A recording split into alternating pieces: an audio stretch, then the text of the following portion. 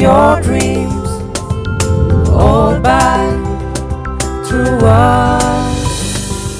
എല്ലാം ഡിജിറ്റൽ ആകുന്നു. നിങ്ങളുടെ ഡിജിറ്റൽ ലോകം യാഥാർത്ഥ്യമാക്കൂ ഞങ്ങളിലൂടെ. ജില്ലയിലെ ഏറ്റവും വലിയ ഗൃഹോപകരണ വിതരണ ശൃംഖല ഹൈ റേഞ്ച് ഹോം അപ്ലയൻസസ്.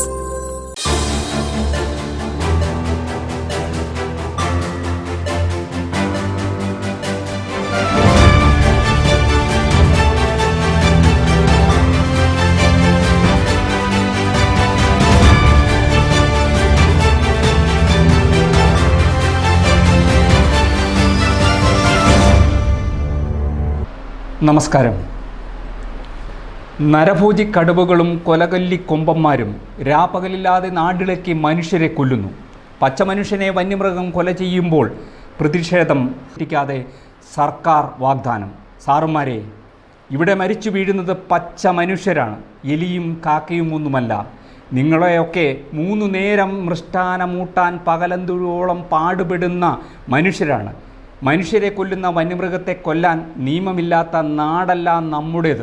നിയമമുണ്ട്, ചട്ടമുണ്ട്.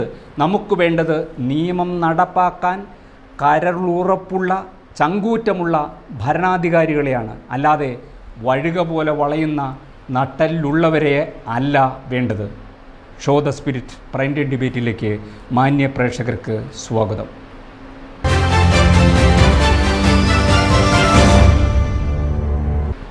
എഴുപതാം വയസ്സിലും കുടുംബം പോറ്റാൻ പുലർച്ചെ സ്വന്തം പുരയിടത്തിൽ കഠിനാധ്വാനത്തിൽ ഇറങ്ങിയ ഇന്ദിരയെന്ന കാഞ്ഞിരവേലിക്കാരുടെ മുത്തശ്ശിയെ കാട്ടാന തുമ്പിക്കൈയിൽ തൂക്കിയെറിഞ്ഞു. കഴിഞ്ഞ ഒരാഴ്ചയിലധികമായി ജനവാസ മേഖലയിൽ തമ്പടിച്ച കാട്ടാനയാണ് പച്ച മനുഷ്യനെ വലിച്ചു കീറിക്കൊന്നത്. കാട്ടാന ജനവാസ മേഖലയിൽ ഇറങ്ങിയ വിവരം പ്രദേശത്തുള്ള നേര്യമംഗലം റേഞ്ച് ഓഫീസിൽ വിവരം ധരിപ്പിച്ചിട്ടും കാടിറങ്ങി വന്ന കാട്ടാനയെ തുരുത്തുന്നതിൽ വനം വകുപ്പ് തികഞ്ഞ അലംഭാവവും കെടുകാര്യസ്ഥതയും കാട്ടി. ജനം പരിഭ്രാന്തരായപ്പോൾ കാട് നോക്കാൻ ഏൽപ്പിച്ച ഏമാന്മാരെയും കാട്ടാന കാട്ടിൽ ഇറങ്ങാതിരിക്കാൻ കാവലുണ്ടെന്ന് പറയുന്ന ആറാട്ടി പടയെയും മനുഷ്യജീവനെടുത്തപ്പോൾ നാട്ടിലെങ്ങും കണ്ടില്ല. വനം വകുപ്പിൻ്റെ അലംഭാവം മൂലമുണ്ടായ മനുഷ്യക്കുരുതിക്കെതിരെ പ്രതിഷേധിച്ചവരെ കയ്യാമം വച്ച് ലോക്കപ്പിലാക്കി മൃതദേഹം പിടിച്ചെടുത്ത് പോലീസ് ഉസിരുകാട്ടി. പ്രതിഷേധിച്ച ജനപ്രതിനിധികളുടെ ഉടുമുണ്ട് പോലും പോലീസ് പറിച്ചെടുത്തു. വന്യജീവികൾ ആക്രമിച്ചാൽ, മനുഷ്യരെ കൊലപ്പെടുത്തിയാൽ ഇതാണോ പരിഹാരം? കൊലവിളി കാട്ടാനകളെ തുരത്താൻ നമുക്ക് നിയമമില്ലേ? അങ്ങനെ ഒരു നിയമമുണ്ടെങ്കിൽ നടപ്പാക്കേണ്ടതല്ലേ? ഓർക്കുക, 2 മാസത്തിനിടെ 5 പേരെയാണ് ഇടുക്കിയിൽ മാത്രം കാട്ടാന ആക്രമിച്ച് കൊലപ്പെടുത്തിയിട്ടുള്ളത്. പ്രൈം ഡിബേറ്റ് പരിശോധിക്കുന്നു. ഇന്ദിരയെ കൊന്നത് കാട്ടാനയോ അതോ സംസ്ഥാന സർക്കാരോ?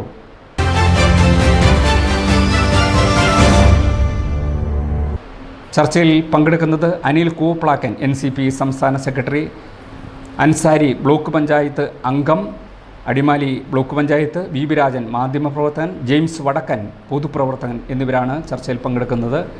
ആദ്യം അൻസാരിയിലേക്ക്. അൻസാരി, എന്താണ് യഥാർത്ഥത്തിൽ നിങ്ങളുടെ പ്രദേശത്ത് ഇന്ന് സംഭവിച്ചത്? നമ്മുടെ കുറെ കാലങ്ങളായി തന്നെ ഇടുക്കി ജില്ലയിലും കേരളത്തിലെ ഒട്ടനവധി വന്യമൃഗങ്ങളുടെ ആക്രമണത്തിൽ ജനങ്ങൾ വളരെയധികം മരിക്കുന്ന സാഹചര്യം നിലനിൽക്കുന്നുണ്ട്. ഇപ്പോ കാഞ്ഞിരവേലിയിൽ നിന്നുണ്ടായി കഴിഞ്ഞ ആഴ്ച മൂന്നാറിൽ ഒരാൾ മരണപ്പെട്ടു. കാഞ്ഞിരവേലി പോലൊരു പ്രദേശത്ത് അവിടെയുള്ള ജനങ്ങൾ മൊത്തം കുടിയൊഴിഞ്ഞു പോകുന്ന ഒരു സാഹചര്യമാണ് നിലനിൽക്കുന്നത്. അവിടെ വന്യമൃഗത്തിന്റെ ആക്രമണവും അതുപോലെ തന്നെ കർഷകന് ജീവിക്കാൻ പറ്റാത്ത സാഹചര്യം നിരവധി തവണ മന്ത്രിതലത്തിലും അതുപോലെ ഉദ്യോഗസ്ഥത്തിലും ഒക്കെ പരാതികൾ കൊടുക്കുകയും നിവേദനങ്ങൾ കൊടുക്കുകയും ഒക്കെ ചെയ്തതും ഇതുവരെ ഒരു അനങ്ങാപ്പാറ നയമാണ് സർക്കാർ സ്വീകരിച്ചിട്ടുള്ളത്. അവിടെ ട്രെഞ്ച് താത്തി ആ വന്യമൃഗങ്ങളിൽ നിന്നുള്ള ശല്യം ഒഴിവാക്കാൻ ട്രെഞ്ച് താത്തുകയോ അതുപോലെ തന്നെ ഫെൻസിങ് ഇടുകയോ ഇതൊന്നും സർക്കാരിന്റെ ഭാഗത്ത് നിന്ന് ഉണ്ടായിട്ടില്ല. ഒരു ആള് മരിച്ചു കഴിയുമ്പോൾ അവർക്ക് 5 ലക്ഷം കൊടുക്കും, അല്ലെങ്കിൽ 10 ലക്ഷം കൊടുക്കും എന്നുള്ള വിലാപം മാത്രമല്ലാതെ ഒരാളുടെ ജീവനുള്ള വില സർക്കാരിൽ നിന്ന് 10 ലക്ഷം രൂപയാണ്. ഈ 10 ലക്ഷം രൂപയ്ക്ക് അവർക്കുണ്ടാകുന്ന നഷ്ടം ഒരിക്കലും നമുക്ക് താങ്ങാൻ കഴിയുന്നതല്ല. ഇന്നിപ്പോ അവരുടെ വീട്ടിലും അതുപോലെ അവരുടെ പറമ്പിലും ഞാനിന്ന് പോയിരുന്നു. തൊട്ടടുത്താണ് ആ വീടിനോട് ഒരു 100 മീറ്റർ അടുത്താണ് ഈ പറയുന്ന ആന ഈ വീട്ടമ്മയെ ചവിട്ടിക്കൊന്നത്. അപ്പോ നേരം വെളുക്കുന്ന സമയം 8-9 മണിയായപ്പോഴാണ് ഈ സംഭവം ഉണ്ടാകുന്നത്. സർക്കാരിന്റെ ഭാഗത്തു നിന്നോ ഫോറസ്റ്റ് അധികാരിയുടെ ഭാഗത്തു നിന്നോ ഇതിന് യാതൊരുവിധ നടപടികളും സ്വീകരിക്കുന്നില്ല എന്നുള്ളതാണ് ഇതിന് ഏറ്റവും മന്ത്രി വെറും മോഴയാന പോലെ ഇരിക്കുകയാണ്. ഒരു പ്രയോജനവും അദ്ദേഹത്തിനെ കൊണ്ടില്ല. അത് ഈ NCP പോലുള്ള പാർട്ടിയുടെ സംസ്ഥാന സെക്രട്ടറി അദ്ദേഹത്തെ ഒക്കെ വിളിച്ച് ഈ കാര്യങ്ങളൊക്കെ സംസാരിച്ച് ഈ ജനങ്ങളുടെ ജീവനും സ്വത്തിനും സംരക്ഷണം നൽകേണ്ട സർക്കാർ അത് ഏറ്റെടുക്കണമെന്നാണ് എനിക്ക് അഭ്യർത്ഥിക്കാനുള്ളത്. അനിൽ കോപ്ലാക്കൻ, വളരെ ഗുരുതരമായ സാഹചര്യമാണ് ഇടുക്കിയിലും വയനാട്ടിലും നിലനിൽക്കുന്നത്. കഴിഞ്ഞ 2 മാസത്തിനിടെ ഇപ്പോൾ 5 പേരായി വയനാട്ടിലും ഇടുക്കിയിൽ, പ്രത്യേകിച്ച് മൂന്നാറിലും. ഇടുക്കി എന്ന് പറയാൻ പറ്റില്ല, മൂന്നാർ DFOയുടെ കീഴിൽ വരുന്ന പ്രദേശത്ത് 5 പേരാണ് 2 മാസത്തിനിടെ കാട്ടാനയുടെ ആക്രമണത്തിൽ മാത്രം മരിക്കുന്നത്. ഈ കഴിഞ്ഞ ദിവസം തന്നെ ഒരാഴ്ചയ്ക്ക് മുമ്പാണ് മണി എന്ന് വിളിക്കുന്ന സുരേഷ് കുമാറിനെ കാട്ടാന ആക്രമിച്ചത്. എല്ലാ ദിവസവും തന്നെ മൂന്നാറിൽ ആനക്കൂട്ടം ഇറങ്ങുന്നു, വാഹനങ്ങൾ നശിപ്പിക്കുന്നു. എല്ലായിടത്തും RRT ടീമിനെ നിയോഗിച്ചു എന്നൊക്കെ പറയുമ്പോൾ പോലും എവിടെയാണ് RRT ടീം? എന്തുകൊണ്ടാണ് ഈ ആനയെ തുരുത്താൻ നിങ്ങൾക്ക് കഴിയാത്തത്? നാട്ടിൽ നിയമമില്ലാത്തതാണോ പ്രശ്നം? എന്താണ് യഥാർത്ഥ പ്രശ്നം? എന്താണ്? ഇന്ന് കാഞ്ഞിരവേലിയിൽ ഉണ്ടായ ദാരുണ സംഭവത്തിൽ അതിയായ ദുഃഖം രേഖപ്പെടുത്തുന്നു. നമുക്കറിയാം, നമ്മുടെ ജില്ലയിലും നമ്മുടെ സംസ്ഥാനത്തും രാജ്യത്തിന്റെ പല ഭാഗങ്ങളിലും വന്യമൃഗ ആക്രമണങ്ങളുടെ ഫലമായി മരണം സംഭവിക്കുന്നു എന്നുള്ളത് ഒരു യാഥാർത്ഥ്യമാണ്. നമുക്ക് ഇതിനൊരു ശാശ്വത പരിഹാരമാണ് ആവശ്യം. 11 സംസ്ഥാനങ്ങൾ പ്രമേയം പാസാക്കിയ പ്രകാരമാണ് 1972 കേന്ദ്ര നിയമം ഭരണഘടനയുടെ 252 അനുച്ഛേദ പ്രകാരം പാർലമെന്റ് പാസാക്കിയത്. അത് ഭേദഗതി ചെയ്യാൻ വേണ്ടി ഒരു സംസ്ഥാന സർക്കാരിന് മാത്രം സാധിക്കുന്ന കാര്യമില്ല. പൊതുജനങ്ങളെ തെറ്റിദ്ധരിപ്പിക്കുന്ന പ്രസ്താവനകൾക്ക് പകരം വന്യജീവി ആക്രമണം ഫലപ്രദമായി തടയുന്നതിനുള്ള നിയമവ്യവസ്ഥകളും നിയമ ഭേദഗതികളുമാണ് നമ്മുടെ രാജ്യത്തുണ്ടാകേണ്ടത്. അത് നേതൃത്വം കൊടുക്കേണ്ടത് സംസ്ഥാന മന്ത്രി മാത്രമല്ല. ഇടുക്കിയിൽ നിന്ന് കഴിഞ്ഞ 5 വർഷക്കാലമായി MP ഉണ്ടായിരുന്നു. ആ MP ഈ കേന്ദ്ര വനം പരിസ്ഥിതി മന്ത്രിയെ കണ്ട് സംസാരിക്കുകയോ പാർലമെന്റിൽ ഇതിനെ സംബന്ധിച്ച് കാതലായ ചോദ്യങ്ങൾ ഉന്നയിക്കുകയോ ഒന്നും ചെയ്തതായിട്ട് നമ്മൾ കേട്ടുകേൾവിയില്ലാത്ത കാര്യമാണ്. എന്നാൽ ഇന്നുണ്ടായ ഈ സംഭവം എല്ലാവരെയും ഞെട്ടിപ്പിക്കുന്ന വേദനാജനകമായ ഒരു സംഭവമാണ് ഉണ്ടായിട്ടുള്ളത്. ആ സംഭവത്തിൽ സംസ്ഥാന മന്ത്രി ആശുപത്രിയിൽ കിടക്കുന്ന സാഹചര്യത്തിൽ വരെ ഇവിടുത്തെ സ്ഥാനാർത്ഥി ശ്രീ ജോയ്സ് ജോർജ് കേരളത്തിലെ മുഖ്യമന്ത്രിയെ കാണുകയും ഇതിൽ ജില്ലാതലത്തിലും പഞ്ചായത്ത് തലത്തിലും നിയോജകങ്ങളുടെ അടിസ്ഥാനത്തിലും ജനപ്രതിനിധികളും രാഷ്ട്രീയ പാർട്ടി നേതാക്കന്മാരും അതുപോലെ തന്നെ ഉന്നത വനം വകുപ്പ് ഉദ്യോഗസ്ഥരും അടക്കമുള്ള ഒരു സമിതി രൂപീകരിക്കാൻ തീരുമാനിച്ചിരുന്നു. നമുക്കറിയാം, പ്രാദേശിക തലത്തിൽ ഈ RRTയെ കൂടാതെ ഈ പ്രാദേശിക ജനപ്രതിനിധികളെയും ഉദ്യോഗസ്ഥന്മാരെ ഉൾപ്പെടുത്തിക്കൊണ്ട് സമിതി രൂപീകരിക്കുവാൻ നടപടികൾ ഫലപ്രദമാക്കുവാൻ വേണ്ടി ബഹുമാനപ്പെട്ട കേരളത്തിലെ മുഖ്യമന്ത്രി വനം അനിലെ ഈ പ്രാദേശിക സമിതികളൊക്കെ രൂപീകരിച്ചോ? പക്ഷേ ഇപ്പം നിലവിൽ നിയമമുണ്ടല്ലോ. അക്രമകാരികളായ കാട്ടാനകൾ നാട്ടിലിറങ്ങി കഴിഞ്ഞാൽ പല പരിപാടികളുണ്ട്. ആനയെ ട്രാങ്കുലേറ്റ് ചെയ്ത് മറ്റിടങ്ങളിലേക്ക് കൊണ്ടുപോകാം. അക്രമകാരികളാണ് ഈ ആനയെ വെടിവെച്ച് കൊല്ലാം. ഇതെല്ലാം നിയമമുണ്ടല്ലോ. ഇതെല്ലാം സംസ്ഥാനത്തിന് അനുവദനീയമാണല്ലോ. അപ്പോൾ ഇനിയും ആളുകളുടെ ജീവൻ നഷ്ടപ്പെടുമ്പോൾ നിങ്ങൾ ഈ പറയുന്ന കാര്യങ്ങളൊന്നും ചെയ്യാതെ പ്രദേശത്ത് ആളുകളെ സംഘടിപ്പിച്ചു, അങ്ങനെ സംഘടിപ്പിച്ചു, ഇങ്ങനെ സംഘടിപ്പിച്ചു എന്ന് പറയുമ്പോൾ, ഇപ്പോൾ മൂന്നാറിൽ ഒരാഴ്ച മുമ്പ് ഒരാളെ കൊന്നു. നിങ്ങൾ അന്ന് അവിടെ പറഞ്ഞത്, നിങ്ങളുടെ മന്ത്രി പറഞ്ഞത് എന്താ? ഇനി ഒരാളുടെ ജീവൻ നഷ്ടപ്പെടാതെ സംസ്ഥാന സർക്കാർ നോക്കും. പക്ഷേ ഒരാഴ്ച കഴിഞ്ഞില്ല. ഒരാഴ്ച കഴിയുന്നതിന് മുമ്പ് തന്നെ നേര്യമംഗലത്തെ ഇന്ദിരയെ സ്വന്തം പുരയിടത്തിൽ വെച്ച് കാട്ടാന ആക്രമിച്ച് കൊലപ്പെടുത്തുന്നു. നിയമമില്ലാഞ്ഞിട്ടല്ലല്ലോ. എന്തുകൊണ്ടാണ് മറ്റ് ജില്ലകളിൽ, സംസ്ഥാനത്തിൻ്റെ മറ്റു ഭാഗങ്ങളിൽ ഉണ്ടാകുന്ന നടപടി ഇടുക്കി ജില്ലയിൽ ഉണ്ടാകുന്നില്ല? ഇടുക്കി ജില്ലയിലെ ആളുകളെ ആന കൊന്നോട്ടെ, കടുവ കൊന്നോട്ടെ, പുലി കൊന്നോട്ടെ എന്നുള്ളൊരു ധാരണയിലാണോ നിങ്ങളിരിക്കുന്നത്? എന്തായി യഥാർത്ഥത്തിൽ ഗവൺമെൻറ് ഈ മേഖലയെ കുടിയിറക്കാനാണോ, അല്ലെങ്കിൽ കാട്ടാനയെ വിട്ട് ആക്രമിച്ച് കൊല വിളിക്കാനാണോ ഉദ്ദേശിക്കുന്നത്? ഇത് നിങ്ങളങ്ങ് തുറന്നു പറയൂ. എന്താണ് നിങ്ങളിവിടെ ഗവൺമെൻറ് ഉദ്ദേശിക്കുന്നത്? ഇവിടെ ആളുകളെ താമസിക്കാൻ സമ്മതിക്കില്ല, ഇത് മൃഗങ്ങൾക്ക് വേണ്ടി മാത്രമുള്ള ഭൂമിയാണോ? അങ്ങനെയാണെങ്കിൽ ഇവിടെ ആളുകൾ അങ്ങ് കുടിയൊഴിഞ്ഞു പോയാൽ മതിയല്ലോ. അല്ലെങ്കിൽ ഇപ്പോൾ വേറെ എവിടെയെങ്കിലും ചന്ദ്രനിലോ വേറെ ഏതെങ്കിലും ഗ്രഹത്തിലേക്ക് ഇവിടെ നിന്ന് വിട്ടുപോയാൽ മതിയല്ലോ. വന്യമൃഗങ്ങൾക്കാണ് നിങ്ങൾ പ്രാധാന്യം കൊടുക്കുന്നതിന് അത്തരത്തിലൊന്ന് ആലോചിക്കാം. അത് തികച്ചും സത്യവിരുദ്ധമായ ഒരു കാര്യമാണ് തകർച്ചപ്പെട്ട പറഞ്ഞിട്ടുള്ളത്. ഇടുക്കി ജില്ലയിലെ കൃഷിക്കാരെ വേർതിരിക്കുന്ന സമീപനം ഗവൺമെന്റ് ഇല്ല.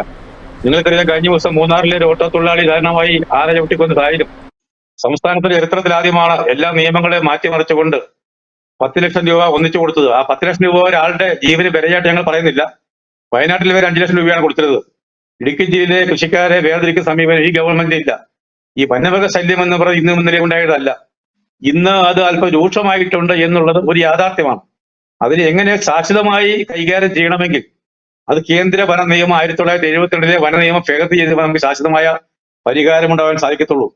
ഇവിടെ ചീഫ് വൈൽഡ് ലൈഫ് വാർഡന് വെടിവെക്കുവാൻ ഓർഡർ ഉണ്ട് എന്ന് വ്യാപകമായ രീതിയിൽ ഒരു പ്രചരണം നടക്കുന്നുണ്ടായി. നിങ്ങൾ ഓർമ്മിക്കുന്നുണ്ടായി, 2018 13ഓളം മനുഷ്യരെ കൊന്നുവെന്ന് പറയപ്പെടുന്ന അവനി എന്ന പെൺകടുവയെ കൊല്ലുവാൻ വേണ്ടി അവിടുത്തെ chief wild life warden order ഇട്ടു. എന്നാൽ കേസ് മഹാരാഷ്ട്രയിലെ നാഗപ്പൂർ ബെഞ്ച് കേസെടുത്തപ്പോൾ ആ നരഭോജി കടുവയാണ് ആളുകളെ കൊന്ന് തെളിവുകൾ ചോദിക്കുകയും ആ ഉദ്യോഗസ്ഥന്മാർക്കെതിരെയും ഓർഡർ ഇട്ട വൈൽഡ് ലൈഫ് വാർഡനെതിരെയും ഇപ്പോൾ അന്വേഷണം നടന്നുകൊണ്ടിരിക്കുകയാണ്.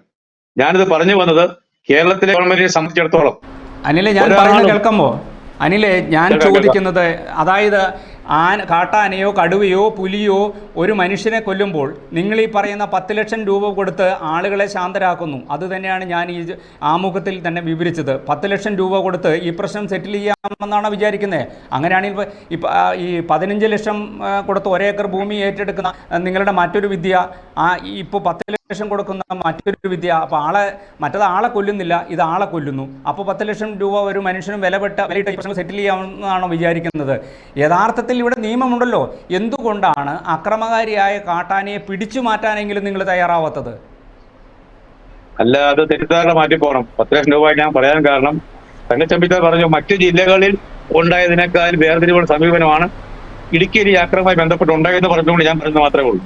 ഇടുക്കി ജില്ലയിൽ മാത്രമാണ് ആദ്യമായി തുക ഒന്നിച്ച് വിതരണം ചെയ്യുമെന്ന് പറഞ്ഞു. 10 ലക്ഷം രൂപയെന്ന് മനുഷ്യജീവന് വിലയായിട്ടല്ല പറഞ്ഞു വന്നത്. അതാദ്യം നിങ്ങൾ മനസ്സിലാക്കണം. 2, ഇതിന് ശാശ്വത പരിഹാരമാണ് നമ്മുടെ മുമ്പിൽ വേണ്ടത്. അതിനാൽ ജില്ലയിലെ LDF നേതൃത്വവും ഇവിടുത്തെ LDF സ്ഥാനാർത്ഥി ശ്രീ ജോയിസ് ജോർജ് അടക്കമുള്ള ആളുകൾ രാഷ്ട്രീയം തിരികെ കയറ്റുന്നതാണ്. തെരഞ്ഞെടുപ്പ് വേളയല്ലേ, ഇപ്പൊ ജോയിസ് ജോർജിന്റെ പേരും കൂടെ ഒന്ന് പറഞ്ഞാൽ നാട്ടുകാർ കേൾക്കുമല്ലോ, അതുകൊണ്ട് പറഞ്ഞതാണ്. ഇന്ന് നമ്മൾ കണ്ടല്ലോ, 6 രാഷ്ട്രീയം കളിച്ചത് നമ്മൾ കണ്ടല്ലോ. അല്ലപ്പോൾ അങ്ങനെയാണെങ്കിൽ അവിടെ പല ഈ നിങ്ങൾ രാഷ്ട്രീയം കളിക്കുന്നില്ല എങ്കിൽ അങ്ങനെയാണെങ്കിൽ ഡീൻ കുര്യാക്കോസിനെ ഞാൻ കണ്ടിരുന്നു. അവിടുത്തെ ദൃശ്യങ്ങളിൽ ഡീൻ കുര്യാക്കോസ് ഉണ്ട്, മറ്റൊരു MLA കോതമംഗലത്തിന്റെ MLA ഉണ്ട്. അവരുടെ കൂടി പേര് പറയൂ, അനിൽ കോപ്ലാക്കൻ. അല്ല, ഇവരെ 3 പേരും കൂടി ആളെ ഒരിക്കലും കേൾക്കാത്ത പ്രകടനം നടത്തി. അവിടെ എത്താത്ത ആളുകളുടെ പേര് പറയുന്നത് എന്തിനാണ്? അപ്പോൾ അല്ല, അവിടെ എത്തുന്നത് മാത്രമല്ലല്ലോ ഇപ്പോഴത്തെ രാഷ്ട്രീയം എന്ന് പറയുന്നത്. ഇത് ശാശ്വതമായ പരിഹാരം വേണമെന്ന് ഞാൻ പറഞ്ഞത്. ആ പരിഹാരം കാണുന്ന കാര്യത്തിൽ ഇവിടെ മന്ത്രിയെ പറ്റി യൂത്ത് കോൺഗ്രസിന്റെ മേധാവ് പറഞ്ഞുകൊണ്ട് ഇങ്ങനെ പറയേണ്ട സാഹചര്യം ഉണ്ടായത്. കഴിഞ്ഞ 5 വർഷക്കാലം ഇന്ത്യ പാർലമെന്റിൽ ഈ നിയമം ഭേദഗതി ചെയ്യുവാൻ വേണ്ടി ശക്തമായ നടപടി സ്വീകരിക്കാത്ത പ്രതിഷേധമാണ് ഞാൻ ചർച്ചയിൽ രേഖപ്പെടുത്തുന്നത്. തെരഞ്ഞെടുപ്പ് വിജ്ഞാപനം വരുന്ന സാഹചര്യത്തിൽ ഇതിനെ ഈ ദാരുണ സംഭവത്തെ രാഷ്ട്രീയമായി ഉപയോഗിക്കുവാൻ വേണ്ടി ജനപ്രതിനിധികളും UDF ശ്രമിക്കുന്നു. അത് ശരിയില്ല എന്നാണ് ഞാൻ ഈ ചർച്ചയിലൂടെ പറയുന്നത്. ബഹുമാനപ്പെട്ട കേരളത്തിന്റെ മുഖ്യമന്ത്രി പ്രദേശാനുസരണമാണ് 9-ാം തീയതി അദ്ദേഹം വരുന്നത്. ഇവിടെ ശാശ്വതമായ നടപടികൾ, ഇടുക്കിയിൽ ഇനി ഒരു മനുഷ്യവൻ പൊലിയാത്ത രീതിയിൽ നമുക്ക് ശാശ്വതമായ നടപടികളാണ് വേണ്ടത്. അതിന് കൂട്ടായ ചർച്ചകൾ ഉണ്ടാകണം. അത് ജനപ്രതിനിധികളെയും മുഴുവൻ രാഷ്ട്രീയ നേതാക്കന്മാരെയും അറിയിക്കുവാൻ വേണ്ടി നടപടികൾ ജില്ലാ ഭരണകൂടത്തിന്റെ ഭാഗത്തുനിന്ന് ഉണ്ടാകുന്നുണ്ട്. ഏതായാലും ഈ ജീവൻ നഷ്ടപ്പെട്ടു നമുക്ക് അതിന് അഗാധമായ ദുഃഖമുണ്ട്. നിങ്ങൾ ശ്രമിക്കുക. ഇനി ആരെയും മലയോരത്തെ ഒരു മനുഷ്യനെയും ആനയും കടുവയും ഒന്നും പിടിക്കാതിരിക്കട്ടെ. ജെയിംസ് വടക്കൻ, ഈ സംസ്ഥാന സർക്കാർ 10 ലക്ഷം രൂപ കൊടുത്തു. അതുപോലെ തന്നെ ഇനിയിപ്പോൾ 2 ദിവസത്തിനുള്ളിൽ ഞാനും മന്ത്രിയെ വിളിച്ച് സംസാരിച്ചു. അപ്പം മന്ത്രി പറയുന്നത് 2 ദിവസത്തിനുള്ളിൽ ഒരു കൂടിയാലോചന ഉണ്ടാവും, അതിനുശേഷം എന്താണെന്നൊക്കെ തീരുമാനിക്കാമെന്നാണ് പറയുന്നത്. എന്തുകൊണ്ടാണ് ഇത്തരത്തിൽ ഈ കാട്ടാനയുടെ ആക്രമണം, വന്യജീവികളുടെ ആക്രമണത്തിൽ നമ്മുടെ 2 ജില്ലകളാണ് ഇപ്പോൾ പ്രധാനമായിട്ടും, വയനാടും ഇടുക്കിയും. 2 മാസത്തിനിടെ 2 ജില്ലകളിലും 5 പേർ വീതമാണ് മരിച്ചിട്ടുള്ളത്. ചിന്നക്കനാലിലെ കണക്കുകൾ വെച്ച് പരിശോധിച്ചാൽ ചിന്നക്കനാലിലെ അരിക്കൊമ്പൻ കേസിന് മുമ്പ് തന്നെ 44ഓളം പേരെയാണ്. വീണ്ടും അവിടെ 2 പേർ മരിച്ചിരിക്കുന്നു. അപ്പോൾ ഈ മരണത്തിൻ്റെ എണ്ണം ഓരോ ദിവസവും കൂടിക്കൂടി വരുന്നു. എല്ലാ ആഴ്ചയിലെന്ന പോലെ ഇപ്പോൾ വന്യമൃഗങ്ങൾ മനുഷ്യരെ കൊല്ലുന്നു. അവർ നട്ടുവളർത്തിയ കൃഷിദേഹണ്ഡങ്ങൾ നശിപ്പിക്കുന്നു, കന്നുകാലികളെ കൊല്ലുന്നു, മറ്റു മൃഗങ്ങളെ കൊന്നൊടുക്കുന്നു. എന്നിട്ടും വലിയ തോതിലുള്ള ഒരു നടപടി സംസ്ഥാന സർക്കാരിൻ്റെ ഭാഗത്തുണ്ട്. സംസ്ഥാന സർക്കാർ എന്തുകൊണ്ടാണ് 2 തരത്തിലുള്ള, അതായത് വൈൽഡ് ലൈഫ് നിയമമനുസരിച്ചും 1971 നിയമമനുസരിച്ചൊക്കെ സംസ്ഥാന സർക്കാരിന് ചെയ്യാവുന്ന പണി ചെയ്യുന്നുണ്ടോ ഇവർ? അല്ല തങ്കച്ചൻ പീറ്ററെ, ഞാൻ രാഷ്ട്രീയമൊന്നും പറയുന്നില്ല. പക്ഷേ ഈ നമ്മൾ വയനാട്ടിലെ അനീഷ് മരിച്ച ശേഷം നിയമസഭ കൂടിയപ്പം 2024 ഫെബ്രുവരി മാസം 14-ാം തീയതി ചട്ടം 118 പ്രകാരം വനം വന്യജീവി മന്ത്രി AK ശശീന്ദ്രൻ ഒരു പ്രമേയം അവതരിപ്പിച്ച് നിയമസഭയിലെ 140 പേരും കൈയടിച്ച് പാസാക്കി. പക്ഷേ പ്രമേയം എന്താണെന്ന് ആരും വായിച്ചു നോക്കിയില്ല, കൈയടിച്ചതും ആരും വായിച്ചു നോക്കിയില്ല. ഞാൻ പ്രമേയം ഒന്ന് വായിക്കാം, കേട്ടോളൂ.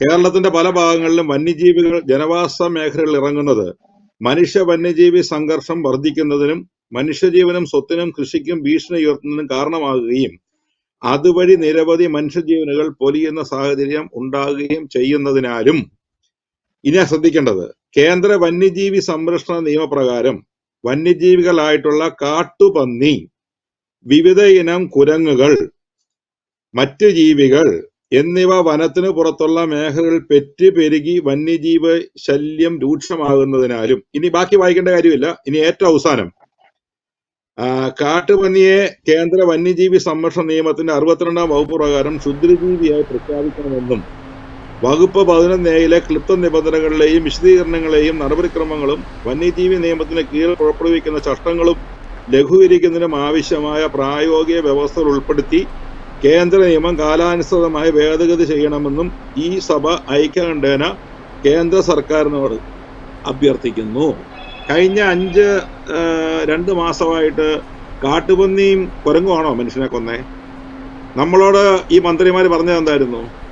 ഞങ്ങള് എന്താ പറയുന്ന അപകടകാരികളായ ആനയടക്കമുള്ള മൃഗങ്ങളെ വെടിവെച്ച് കൊല്ലാനുള്ള അധികാരം ഉണ്ട് എന്ന് കേന്ദ്ര വനം പരിസ്ഥിതി മന്ത്രി പറഞ്ഞപ്പം ഇല്ല എന്ന് പറഞ്ഞ കേരള വനം വകുപ്പ് മന്ത്രി AK ശശീന്ദ്രൻ അവതരിപ്പിച്ച പ്രമേയമാണ്. അദ്ദേഹം വായിച്ചതല്ല, അദ്ദേഹം വനം വകുപ്പുകാർ എഴുതി കൊടുത്ത് വായിച്ചതേ ഉള്ളൂ. പക്ഷേ ഇതിനെ വളരെ സീരിയസ് ആയിട്ട് ഫോളോ അപ്പ് ചെയ്യുന്ന ഒരാളെന്ന നിലയിൽ എൻ്റെ മുമ്പിൽ പ്രമേയം ഇരിക്കുക. നിങ്ങൾക്ക് ആർക്കും ഞാനിപ്പോൾ ഷെയർ ചെയ്ത് തരാം, വനം മന്ത്രിക്കും ഷെയർ ചെയ്ത് കൊടുക്കാം. നമ്മൾ ആവശ്യപ്പെട്ടത് എന്തായിരുന്നു? ആന, പുലി, കടുവ അടക്കം മനുഷ്യനെ കൊന്നൊടുക്കുന്ന വന്യജീവികളെ വെടിവെച്ച് കൊല്ലാനുള്ള അധികാരം വേണമെന്നല്ലേ നിയമസഭ പറഞ്ഞത്. പക്ഷെ അയച്ചു കൊടുത്ത സാധനം എന്നതാണ്. ഇതാണ് ഞാൻ പറയുന്നത്. ഇവിടെ ഇവര് ഈ ജനങ്ങളെ വന്യമൃഗങ്ങളെ കൊണ്ട് കൊല്ലിപ്പിക്കുക, അതായത് ഭീഷണിപ്പെടുത്തി കുടിയിറക്കുക. അതിനൊരു സംശയമില്ല. ഞാൻ രാഷ്ട്രീയമൊന്നുമല്ല പറയുന്നത്. പിന്നെ ഞാൻ വീണ്ടും ഈ വന്യജീവി മന്ത്രിയുടെ ശ്രദ്ധയിലേക്ക് ഒരു കാര്യം കൊണ്ടുവരിക. 2023 ജനുവരി മാസം 8, 9, 10 തീയതികളിൽ സുൽത്താൻ ബത്തേരി പട്ടണത്തിലെ KSRTC അടക്കമുള്ള ഇടിച്ചു നിർത്തിയ ഒരു ആനേനെ വെടിവെക്കാൻ അന്നത്തെയും ഇന്നത്തെയും വനംവകുപ്പ് മന്ത്രി അദ്ദേഹം അന്നത്തെ ചീഫ് വൈൽഡ് ലൈഫ് വാർഡൻ ഗംഗാസിംഗിനോട് ആവശ്യപ്പെട്ടു. ഗംഗാസിംഗ് എന്ത് ചെയ്തു? അദ്ദേഹം ആശുപത്രിയിൽ പോയി കിടന്നു. പിന്നെ ആന ജനങ്ങളുടെ പ്രാർത്ഥന കാരണം ആന തന്നെ ഇറങ്ങിപ്പോയി. 3-ാം ദിവസം വന്നപ്പം അന്നത്തെ head of the forest force ചോദിച്ചു, ബെന്നിച്ചൻ തോമസ്, എന്താണ് ഗംഗാസിംഗെ? അപ്പോൾ അത് പനിയായിരുന്നു. അപ്പം കൊല്ലാൻ വരുന്ന ആനയുടെ മുമ്പിൽ പനി ബാധിച്ച് ആശുപത്രിയിൽ പോകുന്ന ചീഫ് വൈൽഡ് ലൈഫ് വാർഡന്മാരുള്ള കേരളത്തിൽ ഇന്ന് അദ്ദേഹം head of the forest force ആണ്. അദ്ദേഹമാണ് വന്യജീവികളെ വെടിവെച്ച് കൊല്ലാൻ ഉത്തരവിടുന്നത്. അതും ചെയ്യില്ല. ഇനി AK ശശീന്ദ്രനല്ല, അതിനപ്പുറത്തോളം വന്നാലും ഇയാൾ ചെയ്യില്ല, യാതൊരു സംശയം വേണ്ട. അനുഭവം അങ്ങനെ തന്നെയാണ്. ഇനി ഞാനൊരു കാര്യം ചോദിക്കട്ടെ, ഇവിടെ 24 മണിക്കൂറിനകം നിയമങ്ങൾക്ക് പകരം ഓർഡിനൻസ് കൊണ്ടുവന്ന സംസ്ഥാനമല്ലേ ഇത്? നമുക്കെല്ലാവർക്കും അറിയാമല്ലേ. ഈ ആനകളെ വെടിവെച്ച് കൊല്ലാനായിട്ടോ അല്ലെങ്കിൽ നമ്മൾ വനത്തിൽ പോയി വെടിവെച്ച് കൊല്ലാനല്ല പറയുന്നത്, ആളുകളെ കൊന്ന് നാട്ടിലിറങ്ങുന്ന ഈ പറയുന്ന അപകടകാരികളെ മൃഗങ്ങളെ വെടിവെച്ച് കൊല്ലാൻ പറയുമ്പം എന്തിനാണ് നീ കൈവറയ്ക്കുന്നത്? അതിനൊരു ഓർഡിനൻസ് കൊണ്ടുവരുതോ? നമ്മൾ ഇതിക്ക് മുമ്പ് ചർച്ച ചെയ്തല്ലോ. കേരളത്തിന് താങ്ങാവുന്ന ആനകളുടെ 10 ഇരട്ടി ആനകൾ കേരളത്തിലുണ്ട്. അപ്പം ഒരു ഓർഡിനൻസ് കൊണ്ടുവന്നിട്ട് നിങ്ങൾ ആലോചിച്ച് നോക്കിക്കേ, ഈ ഇന്ത്യൻ ബ്യൂറോക്രസിയിൽ ഏറ്റവും ടോപ്പ് എന്ന് പറഞ്ഞ IAS ആണല്ലോ. അവരാണ് ജില്ലാ കളക്ടറുമായിട്ട് വരുന്നത് 90% സ്ഥലങ്ങളിലും. ഇപ്പോൾ പ്രൊമോഷൻ കിട്ടുന്നവരുണ്ടായിരിക്കും, പക്ഷേ 90% ജില്ലാ കളക്ടർമാരും IAS പാസ്സായി വരുന്നവരാ. തൊട്ട് താഴെ ജില്ലാ പോലീസ് സൂപ്രണ്ടാരാ? IPSകാരാ. IASകാർക്കും IPSകാർക്കും ഇല്ലാത്ത എന്ത് അധികാരമാണ് ഒരു DFIക്കോ അല്ലെങ്കിൽ ഒരു ചീഫ് വൈൽഡ് ലൈഫ് വാർഡനോ ഉള്ളത്? ഇല്ല. ഇവരുടെ അഡ്മിനിസ്ട്രേറ്റീവ് ശ്രേണിയിലെ IASും IPSും ഇന്ത്യൻ ഫോറിൻ സർവീസും കഴിഞ്ഞിട്ടാണ് ഇന്ത്യൻ ഫോറസ്റ്റ് സർവീസ്. അപ്പം ഈ എന്നാ പറയുക, ജുഡീഷ്യലായിട്ട് കാര്യങ്ങൾ തീരുമാനിക്കാൻ പറ്റുന്ന ഉദ്യോഗസ്ഥന്മാരുള്ളപ്പം ഈ വനംവകുപ്പിനെ ഏൽപ്പിക്കേണ്ട കാര്യമില്ല. അതുകൊണ്ടാണ് പറഞ്ഞത്, ആക്രമണം ഉണ്ടാക്കുന്ന നാട്ടിലിറങ്ങുന്നത് കളക്ടറോട് ആ അധികാരം വനത്തിൽ ഉപയോഗിക്കാൻ പറഞ്ഞത്. ഈ വൈൽഡ് ലൈഫ് പ്രൊട്ടക്ഷൻ ആക്ട് വനം വകുപ്പ് വനത്തിനകത്തും വനത്തിന് പുറത്തിറങ്ങുന്ന അപകടകാരികളായ മൃഗങ്ങളെ വേട്ടയാടാനോ അല്ലെങ്കിൽ അതിനെ എന്തെങ്കിലും നിയന്ത്രിക്കാനോ ഉള്ള അധികാരം പോലീസിനും റവന്യൂ വകുപ്പിനും കൊടുക്കുന്ന ഒരു ഓർഡിനൻസ് ഉണ്ടാക്കാൻ എന്താ ഇത്ര ബുദ്ധിമുട്ട്? 140 MLAമാർക്ക് നിയമസഭയിലാണല്ലോ ഈ 140 MLAമാരെയും കബളിപ്പിച്ചുകൊണ്ട് ഒരു പ്രമേയം പാസ്സാക്കിയത്. ഒന്നും വേണ്ടത്. ഇവർക്ക് കഴിവില്ലെങ്കിൽ പറ, നമ്മൾ വക്കീലന്മാരെ കൊണ്ടു കൊടുക്കാം, നമ്മൾ ഡ്രാഫ്റ്റ് ആയിട്ടുള്ള നിയമം ഡ്രാഫ്റ്റ് ചെയ്ത് കയ്യിലോട്ട് തരാം. എന്താ ബുദ്ധിമുട്ട്? ഇതിനെല്ലാം ഒത്തിരിയേറെ നമുക്ക് ജനങ്ങളെ അല്ലെങ്കിൽ ഈ പറയുന്ന ജുഡീഷ്യറിയെയോ അല്ലെങ്കിൽ കേന്ദ്ര സർക്കാരിനെ ചൂണ്ടിക്കാണിക്കാനുള്ള അവകാശമുണ്ടല്ലോ. നമ്മൾ അങ്ങനെ ഒരു ഓർഡിനൻസ് കൊണ്ടുവന്നിട്ട് നമ്മൾ കേന്ദ്ര വനം പരിസ്ഥിതി മന്ത്രിയോട് പറയുക, ഞങ്ങൾ ഓർഡിനൻസ് കൊണ്ടുവന്നിരിക്കുന്നു, നിങ്ങൾ പാസ്സാക്കി തരാൻ പറയുക. നമ്മളെന്താ ചെയ്ത? ഇനി ഈ കേന്ദ്ര വനം പരിസ്ഥിതി മന്ത്രി വയനാട്ടിൽ വന്നപ്പോൾ അദ്ദേഹം പറഞ്ഞു ഇതിനെ വെടിവെക്കാനുള്ള അവകാശം വന്യ ജീവി നിയമപ്രകാരം വൈൽഡ് ലൈഫ് വാർഡൻ ഉണ്ടെന്ന് പറഞ്ഞു. ഉച്ചയ്ക്ക് നമ്മുടെ വനംവകുപ്പ് എന്താ പറഞ്ഞത്? ഞാനത് കാണിച്ചു തരാം. അതിന്റെ ആദ്യത്തെ പാരഗ്രാഫ്, സെക്കൻഡ് പാരഗ്രാഫിൽ പറയുന്നത് കടുവ, പുലി അടക്കമുള്ള മൃഗങ്ങളെ വേട്ടയാടുന്നത് നിയന്ത്രണമുണ്ട്. ഇവിടെ ഈ കഴിഞ്ഞ 2 മാസമായിട്ട് കൊന്നത് കടുവായും പുലിയല്ല. അത് കടുവായും പുലിയും വരുമ്പോൾ അത് പറയാവുന്നേ. ആനയെ വെടിവെച്ച് കൊല്ലാൻ, ആനയെ ആക്രമിക്കുമ്പോൾ ആനയെ നേരിടാൻ എന്ത് ഒപ്പോസിഷൻ അല്ലെങ്കിൽ എന്ത് പ്രശ്നമാണ് ഈ വനം വകുപ്പിനുള്ളതെന്ന് പറയുക. വനം വകുപ്പ് ഭരിക്കുന്നത് ഈ പറയുന്ന മന്ത്രിക്കൊന്നും റോളും ഇല്ല. അവിടെ ഉദ്യോഗസ്ഥർ ഭരിക്കും, ഉദ്യോഗസ്ഥർ മുന്നോട്ട് കൊണ്ടുപോകും. പിന്നെ എന്നെ ഏറ്റവും വേദനിപ്പിക്കുന്നത് പട്ടിക്ക് വേണ്ടി വാദിക്കാനായിട്ട് ഇവിടെ ആൾക്കാരുണ്ട്, പിന്നെ വന്യജീവികൾക്ക് വേണ്ടി വാദിക്കാൻ ആളുണ്ട്, മനുഷ്യന് വേണ്ടി വാദിക്കാൻ ആൾക്കാരില്ല. അപ്പൊ ഇത് നമ്മളൊരു കാണണം. ഇപ്പൊ ഏറ്റവും അവസാനം നോക്കിക്കേ, ഈ വയനാട്ടിൽ 2 മരണം നടന്നപ്പം അവിടുത്തെ ജില്ലാ കളക്ടർ എന്തായതെന്നറിയാവോ?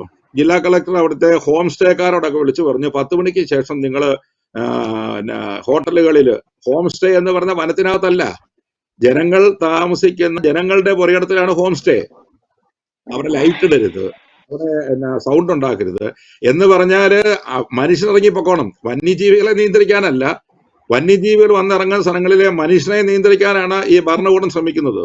കൃത്യമായിട്ട് അതിൽ പങ്കെടുത്ത ആള് പറഞ്ഞത്, എനിക്കിതിനെ യാതൊരു റോളും ഇല്ല, ഇത് തിരുവനന്തപുരത്ത് നിന്ന് പറഞ്ഞുകൊണ്ടാണ് ഞാൻ ഈ യോഗം വിളിച്ചു കൂട്ടിയെന്നാ പറഞ്ഞത്. ഒരു കാര്യം എല്ലാവരും മനസ്സിലാക്കിക്കോ, ഇടുക്കിക്കാരും വയനാടുകാരും ബന്ദിപ്പൂർ മാതൃകയിലുള്ള ഒരു ഗതാഗത നിയന്ത്രണത്തിലേക്കാണ് പോകുന്നുള്ള കാര്യം മനസ്സിലാക്കും. എന്താ സംഭവിച്ചത്? ഞാൻ അങ്ങേലേക്ക് വരാം. ബി രാജൻ, ഇവിടെ നമ്മൾ പലവട്ടം ഈ വിഷയം തന്നെ വന്യജീവി ആക്രമണം ഓരോ പ്രാവശ്യം ഉണ്ടാകുമ്പോഴും നമ്മൾ ചർച്ചയ്ക്ക് വിധേയമാക്കിയതാണ്. വനം വകുപ്പ് അന്നെല്ലാം പറയുന്നത് നടപടി സ്വീകരിക്കും എന്ന് തന്നെയൊക്കെയാണ്. പക്ഷേ യഥാർത്ഥത്തിൽ സംഭവിക്കുന്നത് വലിയ ഗുരുതരമായ സാഹചര്യമാണ് നമ്മുടെ മലയോര മേഖലയിൽ നടക്കുന്നത്. ഒരു മനുഷ്യനും ഇതുവരെ ഈ കാഞ്ഞിരവേലി പ്രദേശത്തൊന്നും അത്ര വലിയ ആളുകളെ ഉപദ്രവിക്കുന്ന രീതിയിൽ കാട്ടാനയുടെ ശല്യമില്ലായിരുന്നു. ഇപ്പോൾ ഇതാ ഒരാളെ കൊന്നിരിക്കുന്നു. മൂന്നാറിൽ കഴിഞ്ഞ ദിവസം ഒരാഴ്ച മുമ്പ് മണി എന്ന് വിളിക്കുന്ന ആളെ കൊന്നിരിക്കുന്നു. അപ്പോൾ ഓരോ ദിവസവും വലിയ ഗുരുതരമായ സാഹചര്യത്തിലേക്ക് മലയോര മേഖല മാറുകയാണ്. യഥാർത്ഥത്തിൽ സർക്കാർ ഏത് വിധത്തിലുള്ള നടപടിയാണ് ചെയ്യേണ്ടത്? ഒരു മാധ്യമപ്രവർത്തകൻ എന്ന നിലയിൽ താങ്കൾ എന്താണ് മനസ്സിലായി ഈ വിഷയത്തിൽ? വന്യമൃഗങ്ങൾ കാട്ടിൽ കൂടുന്നു, അതിനനുസരിച്ച് പുറത്തേക്ക് വരുന്നു, വനമേഖലയുടെ ശോഷണം ഉണ്ടായിട്ടുണ്ട്. ഇതെല്ലാം ചൂണ്ടിക്കാണിക്കപ്പെടുമ്പോഴും മനുഷ്യനെന്ന ഒരു ജീവിയുടെ പ്രാധാന്യം എത്രമാത്രമാണ്?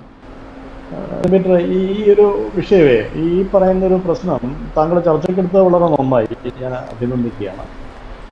ഒപ്പം ചർച്ചയിൽ പങ്കെടുക്കുന്ന ആളല്ല. അപ്പൊ എനിക്ക് ഒരു അനുജനോടുള്ള സ്നേഹമുള്ള ആളാണ് അനുജൻ, മറ്റേ കോപ്ലാക്കൻ അനിലേ.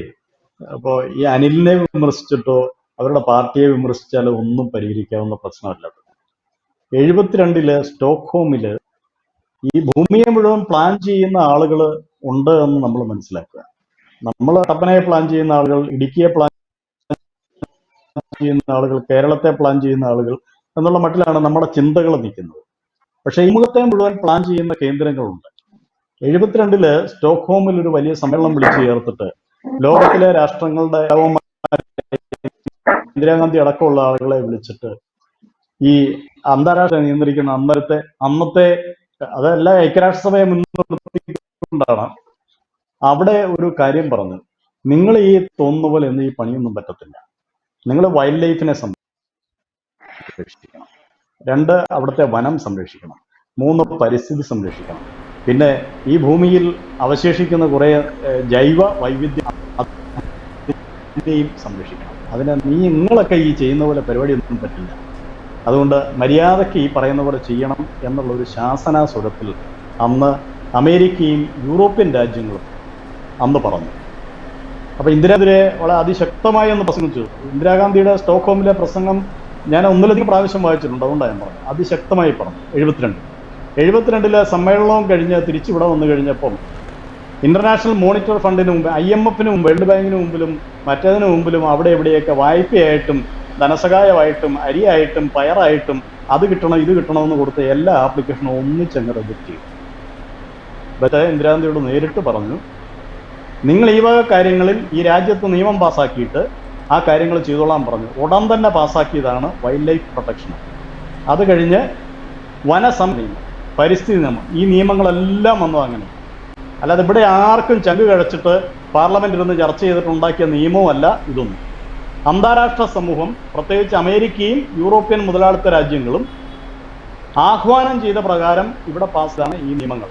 അല്ലാതെ ഇവിടുന്ന് അന്നത്തെ കാലത്തെ പാർലമെന്റ് എടുത്ത് നോക്ക്, ഈ പറയുന്ന ആഗോള ഭൂഗോള പ്രശ്നമൊന്നും ചർച്ച ചെയ്യാനോ ചിന്തിക്കാനോ പറ്റുന്ന എത്ര ആളുകൾ, സ്കൂൾ വിദ്യാഭ്യാസമുള്ള എത്ര MP മാര് അന്നത്തെ പാർലമെന്റിൽ ഉണ്ടായിരുന്നു എന്നുള്ളതിന്റെ ഡേറ്റ എടുക്ക്, അത് മനസ്സിലാക്കൂ. ഇവരൊക്കെ ചുമ്മാ കൈയടിച്ചതേ ഉള്ളൂ, പാസ്സാക്കി. പിന്നെ നമുക്ക് ഇന്നുമുള്ള ഒരു ഡിസബിലിറ്റി ഞാൻ ചൂണ്ടിക്കാണിക്കും.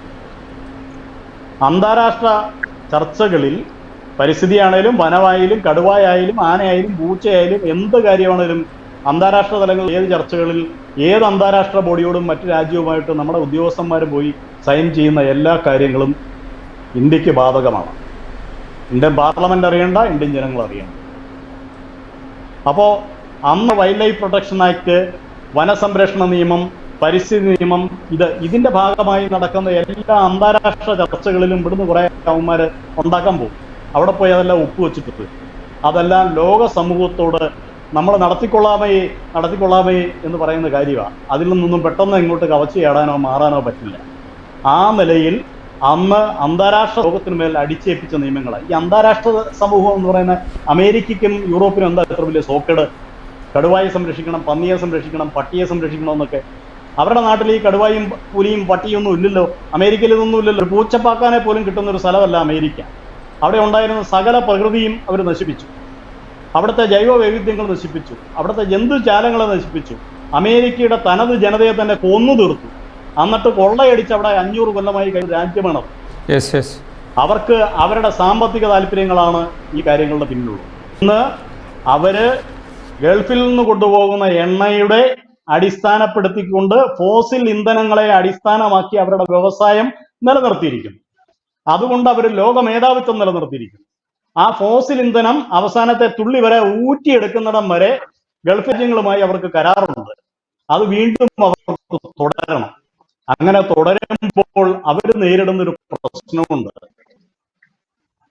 ലോകം വലിയ പ്രശ്നത്തിലേക്കാണ് പോകുന്നത്. ഇപ്പൊ മൂന്നാറിൽ കിടക്കുന്നവന്റെ പ്രശ്നം പരിഹരിക്കാൻ വേണ്ടി P. പ്രസാദ് എന്ന് പറയുന്ന മന്ത്രി അവിടുന്ന് വന്ന് ഗ്രീൻ ട്രൈബ്യൂണലിൽ പരിസ്ഥിതി കേസ് നടത്തിയ മഹാ അത്ഭുതം നമ്മൾ കണ്ടതാ. അയാൾ ഇരിക്കുന്ന സ്ഥലം 30 കൊല്ലത്തിനകം കടലിനടിയിലാണ്. അവൻ അതേപ്പറ്റി ചിന്തിക്കുന്നില്ല. ഒരു രാഷ്ട്രീയ പാർട്ടിയും കേരളത്തിൽ അത് ചിന്തിക്കുന്നില്ല. ലോകം ആ പ്രതിസന്ധിയിലേക്ക് പൊക്കോണ്ടിരിക്കുമ്പോൾ ലോകത്ത് നിന്ന് ഇത് സൃഷ്ടിക്കുന്നവർക്കെതിരെയുള്ള പ്രതിഷേധം അതിശക്തമായിരിക്കുകയാണ്. അമേരിക്കയുടെ ഒരു കച്ചവടം യൂറോപ്പിൽ പറ്റില്ല എന്ന് യൂറോപ്പ് പറഞ്ഞിരിക്കുക. കാരണം യൂറോപ്പിലെ നദിയുടെയും സമുദ്രത്തിന്റെയും കായലിന്റെയും കരയിലുള്ള മുഴുവൻ പട്ടണങ്ങളും വെള്ളത്തിലേക്ക് പൊയ്ക്കൊണ്ടിരിക്കുക. അപ്പൊ അവിടെ നിന്നുള്ള പ്രതിഷേധം വന്നിരിക്കുക. അവർ പ്രശ്നമുണ്ട്. അവര് യുദ്ധം ചെയ്തും ആളെ കൊന്നും ഈ മധ്യേഷ്യൻ പ്രദേശങ്ങളിൽ കൈവശപ്പെടുത്തിയിട്ടുള്ള ഫോസിൽ ഇന്ധനം കൈവിടാൻ അവർ തയ്യാറല്ല. അതിനെ അടിസ്ഥാനമാക്കി ചുമ്മാ 0 വിലയ്ക്ക് കിട്ടുന്ന ഈ സാധനത്തെ അടിസ്ഥാനമാക്കിയുള്ള സാങ്കേതിക വിദ്യയും അവരുടെ വ്യവസായങ്ങളെയും അവർ കൈവിടാൻ തയ്യാറല്ല. അപ്പൊ അവരൊരു കാര്യം ചെയ്യുന്നുണ്ട്. എന്നാൽ ഇത് വെള്ളത്തിൽ മുങ്ങരുത്, മുങ്ങാതിരിക്കാൻ എന്ത് ചെയ്യണം എന്നുള്ള അന്വേഷണത്തിൽ എത്തിച്ചേർന്നിരിക്കുന്നത് എന്താണെന്ന് അറിയുന്നു. അവിടുന്ന് ഈ എണ്ണ ഉപയോഗിച്ചിട്ട് ലോകത്തെ ഏറ്റവും കൂടുതൽ ആഗോളതാപനം സൃഷ്ടിക്കുന്നത് ഈ എണ്ണ അധിഷ്ഠിത വ്യവസായങ്ങളുടെ പേരിലാണ്. ആ സാധനം ചീളുവിലയ്ക്ക് ഗൾഫിൽ നിന്ന് അമേരിക്ക കൊണ്ടുപോകുന്നു. അതിന്റെ അടിസ്ഥാനത്തിൽ അമേരിക്കൻ പ്രവർത്തിക്കുന്നു. അതിന്റെ അടിസ്ഥാനത്തിൽ അവരുടെ പ്രൊഡക്ഷൻ കോസ്റ്റ് തീരുമാനിക്കുന്നു. ലോകത്ത് അവരവരുടെ മേധാവിത്വം നിലനിർത്തുന്നു. ആ മേധാവിത്വം നിലനിർത്തുവാൻ ഈ എണ്ണ ഇല്ലാതെ കൊണ്ട് അവര് സോളാർ എനർജിയിലേക്ക് മാറിക്കഴിഞ്ഞാൽ പ്രേതാവും. അവർക്ക് അതിന് ടെക്നോളജി മറിച്ച് അവസാനത്തെ തുള്ളി എന്നും കിട്ടാവുന്ന ലാഭം അവർക്ക് ഊറ്റിയെടുക്കണം. ആ ഊറ്റിയെടുക്കുമ്പോ ലോകത്തെ വെള്ളത്തിൽ മുക്കുകയും ചെയ്യരുത്. B B Rajan 1972 wild life protection act, ആ ആക്ടിൽ തന്നെ കേരളത്തിന് ചെയ്യാൻ കേരളത്തിൽ ഞാനൊന്ന് പറഞ്ഞോട്ടെ കേരളത്തിന് ചെയ്യാൻ കഴിയുന്ന കാര്യങ്ങളുണ്ടോ? ഞാൻ കേരളത്തിൽ ചെയ്യാൻ കഴിയുന്ന കാര്യങ്ങളുണ്ട്. കേരളത്തിൽ ഇതുമായി ബന്ധപ്പെട്ട അമേരിക്കയുടെ ഫണ്ട് വാങ്ങിച്ച് ഞണ്ണിക്കൊണ്ടിരിക്കുന്നവന്മാർ ആരൊക്കെയാണെന്ന് മനസ്സിലാക്കുക. അതാണ് അതിന്റെ കാര്യം. ഇല്ലെങ്കിൽ ഈ കാര്യങ്ങളെ പറ്റി അറിയാവുന്നവർ തുറന്നു പറയുക. ഇതാണ് അതിന്റെ ഒരു കാര്യം. കേരളം എന്തുകൊണ്ട് കേരളം എന്നുള്ളൊരു പ്രശ്നം എന്താ? അത് ഗൗരവമല്ലേ? എന്തുകൊണ്ട് കേരളം? എന്തുകൊണ്ട് രാജസ്ഥാനിൽ ഇത് ഉണ്ടാവുന്നില്ല? എന്തുകൊണ്ട് ഡെക്കാൻ പീഠഭൂമിയിൽ ഇത് ഉണ്ടാവുന്നില്ല? കേരളത്തിൽ എന്തുകൊണ്ട് ഉണ്ടാവുന്നു? അതാണ് ഞാൻ പറഞ്ഞു വന്നത്. അങ്ങനെ ഈ പറയുന്ന ടെക്നോളജിയിൽ നിന്ന് അവർ ട്രാൻസ്ഫർ ചെയ്യാൻ തയ്യാറല്ല. അവർ കാര്യമില്ല. അവരുടെ ലോക മേധാവിത്വം തകരും. അതുകൊണ്ട് അവര് ഗൾഫിലെ ഇന്ധനാധിഷ്ഠിത വ്യവസായത്തിൽ നിന്ന് 1000 രൂപ ലാഭം ഉണ്ടാക്കുന്നുണ്ടെങ്കിൽ അതിൽ നിന്ന് 100 രൂപ മാറ്റിവെച്ചിട്ടുണ്ട്. അതിൽ 50 രൂപ ഐക്യരാഷ്ട്രസഭയ്ക്ക് കാർബൺ ഫണ്ടായി വെക്കുന്നുണ്ട്. ആ കാർബൺ ഫണ്ട് ഉപയോഗിച്ച് നടത്തേണ്ട പദ്ധതി തീരുമാനിക്കാൻ വേണ്ടി അണ്ടർഗ്രൗണ്ടിലൂടെ ബാക്കി 50 രൂപ തള്ളുന്നു.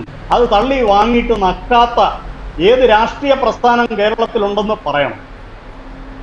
ഏത് നേതാവുണ്ടെന്ന് പറയണം. ഇവിടെ ഹരിത MLA-മാരും അതുപോലെ വലിയ പരിസ്ഥിതി ഗ്രൂപ്പുകളും മഹാശാസ്ത്രജ്ഞന്മാരും മാധ്യമങ്ങളും എല്ലാം ഇതിന്റെ ഭാഗമായി വന്നത് ഇങ്ങനെയാണ്.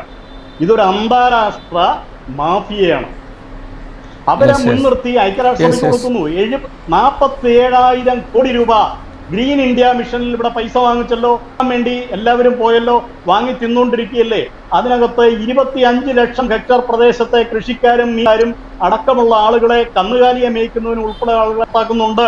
ആ പദ്ധതിയിൽ പ്രോജക്ട് റിപ്പോർട്ടിൽ ഗവൺമെന്റ് ഓഫ് ഇന്ത്യയുടെ പ്രോജക്റ്റാണ്. ഇതെവിടെ നിന്ന് വന്നു? ആരെഴുതി ഉണ്ടാക്കി? ചവിട്ടി പുറത്താക്കണ്ടേ? അപ്പൊ അത് വനവുമായി ബന്ധപ്പെട്ടുള്ള കാര്യം. വൈൽഡ് ലൈഫിനെ അഴിച്ചുവിടുന്നതാ. അല്ലാതെ ഈ പാവങ്ങളെ വെടിവെച്ച് കൊല്ലണമെന്നുള്ള ഒരു അഭിപ്രായം എനിക്കില്ല. ഒരു പന്നിയെ പോലും തല്ലിക്കൊല്ലാൻ പാടില്ല എന്നുള്ള അഭിപ്രായം എനിക്കുള്ളൂ. ജീവന്റെ എല്ലാ രൂപങ്ങളെയും സ്നേഹിക്കണം, സംരക്ഷിക്കണം. അത് നമ്മുടെ ഭരണഘടനയുടെ ഡയറക്റ്റീവ് പ്രിൻസിപ്പിളുള്ള ഇതൊന്നുമില്ലായ ബുദ്ധന്റെ കാലത്ത് എല്ലാത്തിനെയും ഒന്നിനെയും കൊല്ലാത്ത അഹിംസ പരമമായ ധർമ്മമായി സ്വീകരിച്ചൊരു രാജ്യമായി. ഒന്നിനെയും കൊല്ലുന്ന പ്രത്യയശാസ്ത്രമല്ല നമുക്ക്. അതുങ്ങളല്ല കുറ്റവാളികൾ. അവരെ കേരളത്തിന്റെ സ്വാഭാവിക വനങ്ങളെ മുഴുവൻ നശിപ്പിച്ചുകൊണ്ട് അതിനകത്ത് ജന്തുജാലങ്ങൾക്ക് ജീവിക്കാൻ കഴിയാത്ത വിധത്തിൽ നമ്മുടെ ഫോറസ്റ്റിനെ മാനേജ് ചെയ്തത് ഈ അന്താരാഷ്ട്ര ഗൂഢാലോചനയുടെ ഭാഗമാണ്.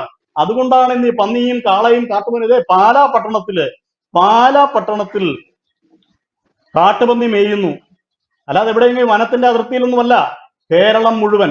എന്തുകൊണ്ട് കേരളം ഉഷ്ണമേഖല മഴക്കാടുകളുള്ള പ്രദേശങ്ങളാണ്. രാജസ്ഥാൻ മരുഭൂമി കിട്ടിയിട്ട് ഇവർക്ക് കാര്യമില്ല. അതിനവർ സർക്കാരിനെ കൊണ്ടുവന്നിട്ട്, സർക്കാർ ഏജൻസിയെ കൊണ്ടുവന്നിട്ട് ഉദ്യോഗസ്ഥന്മാരെ ലോബി ചെയ്തിട്ട് കാശ് ഇങ്ങോട്ട് തരികയാണ്. 47,000 കോടി രൂപ. ഇവിടെ ഉദ്യോഗസ്ഥന് ശമ്പളം കൊടുക്കാൻ പറ്റാതെ കൊണ്ട് വിഷമിച്ചുകൊണ്ടിരിക്കുന്ന സ്ഥലത്തെ ഇങ്ങോട്ട് തള്ളിയേക്കുന്നത് 47,000 കോടി രൂപയാണ് ഗ്രീൻ ഇന്ത്യ മിഷനിൽ. പക്ഷേ തിരിച്ചൊരു കാര്യമുണ്ട്. 25,000 ലക്ഷം ഹെക്ടർ പ്രദേശത്തെ കർഷകരെ അവിടെ നിന്ന് ഒഴിപ്പിച്ചു കൊടുക്കണം. ആ ഒഴിപ്പിക്കലിന്റെ ഭാഗമാണ്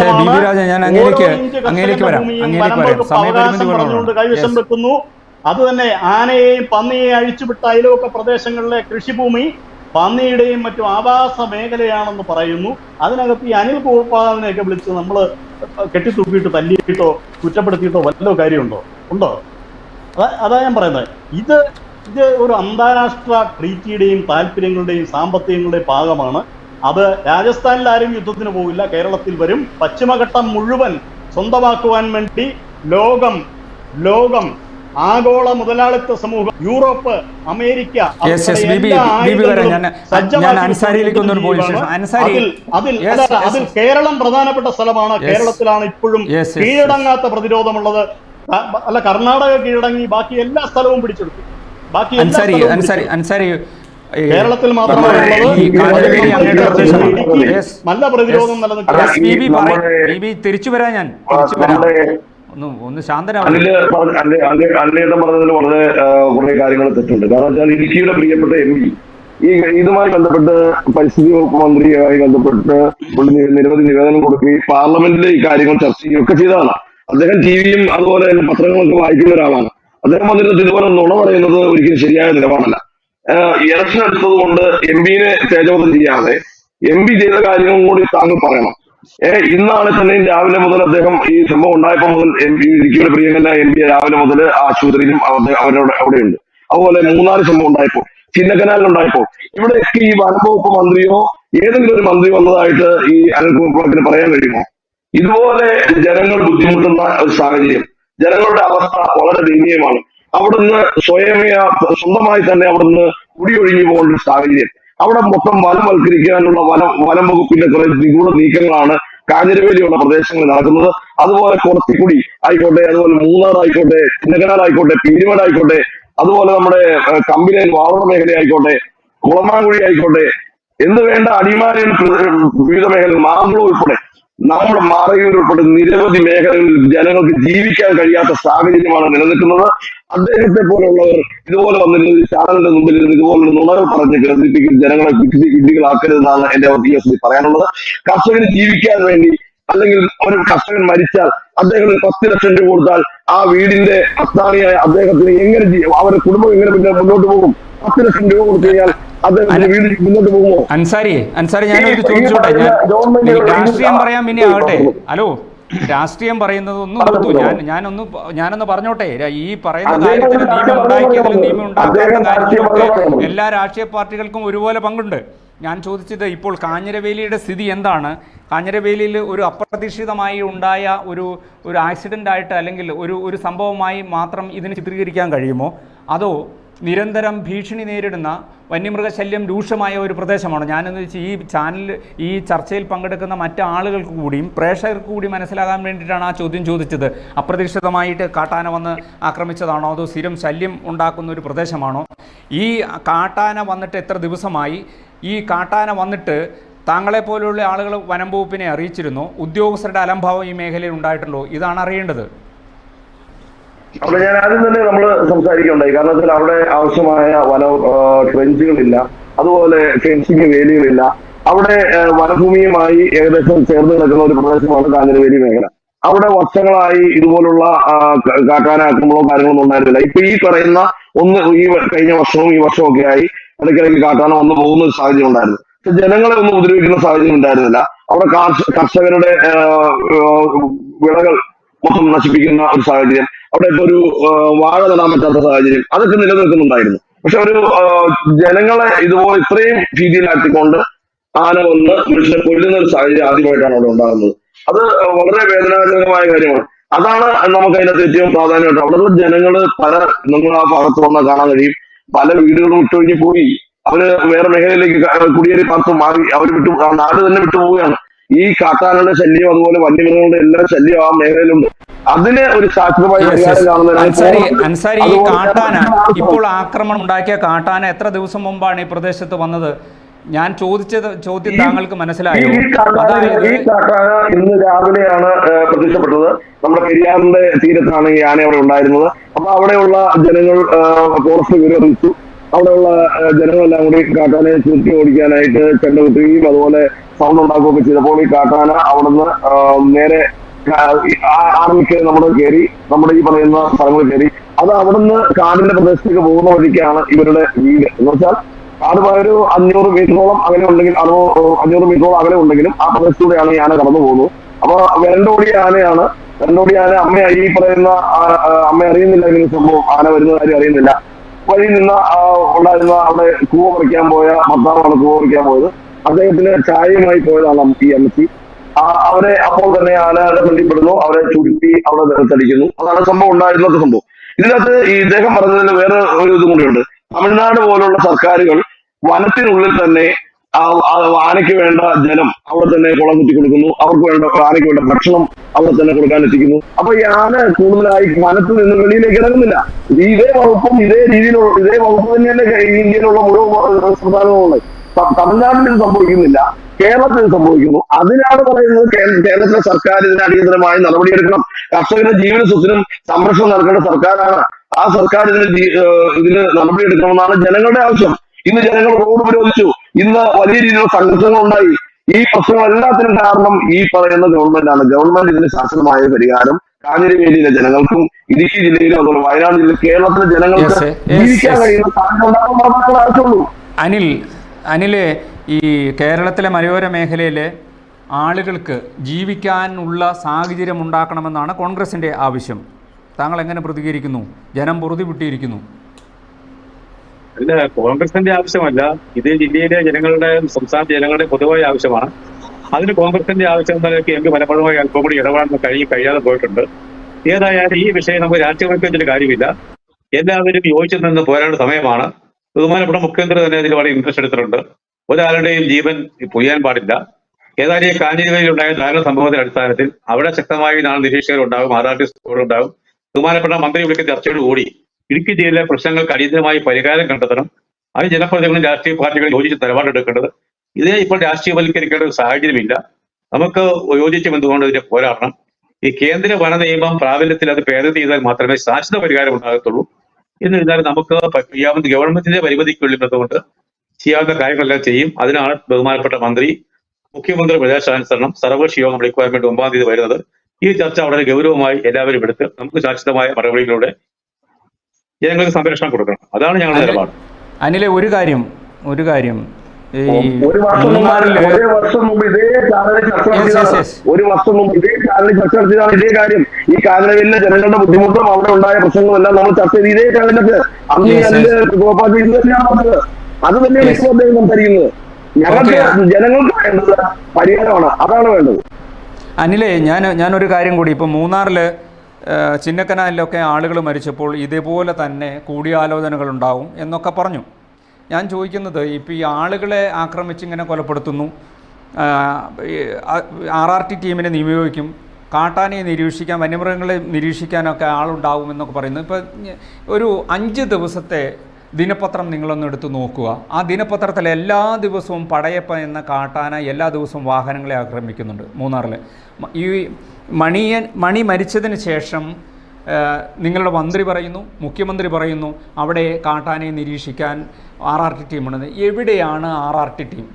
നമ്മളിങ്ങനെ പറഞ്ഞു പോയാൽ മതിയോ? ഒരാൾ മരിച്ചു കഴിയുമ്പോൾ ഒരു ദയനീയമാണ്. ഞാൻ വീണ്ടും ചോദിക്കേണ്ടി വരുന്നു, വളരെ ദയനീയമായിട്ട് ചോദിക്കുകയാണ്. അതായത് ഓരോ പ്രാവശ്യം ആൾ മരിക്കുമ്പോഴും കാട്ടാനയുടെ ആക്രമണത്തിലോ പുലിയുടെ ആക്രമണത്തിലോ ഒക്കെ ആൾ മരിക്കുമ്പോൾ എല്ലാം നിരീക്ഷിക്കാൻ ആളുണ്ട്. 5 ദിവസമായി, കഴിഞ്ഞ 5 ദിവസമായി കാട്ടാന മൂന്നാർ പട്ടണത്തിൽ വാഹനങ്ങൾ തടയുന്നു, വാഹനങ്ങൾക്ക് കേടുപാട് ഉണ്ടാകുന്നു. കഴിഞ്ഞ ദിവസം തമിഴ്നാടിൻ്റെ ഒരു യാത്രാ ബസ് തടഞ്ഞു നിർത്തുന്നു, കുത്തി ഗ്ലാസ് പൊട്ടിക്കുന്നു. അത് അല്പം കൂടി ആന ബലം പ്രയോഗിച്ചാൽ വലിയ കൊക്കയിലേക്ക് ആ ബസ് പോകുന്നൊരു സാഹചര്യമുണ്ട്.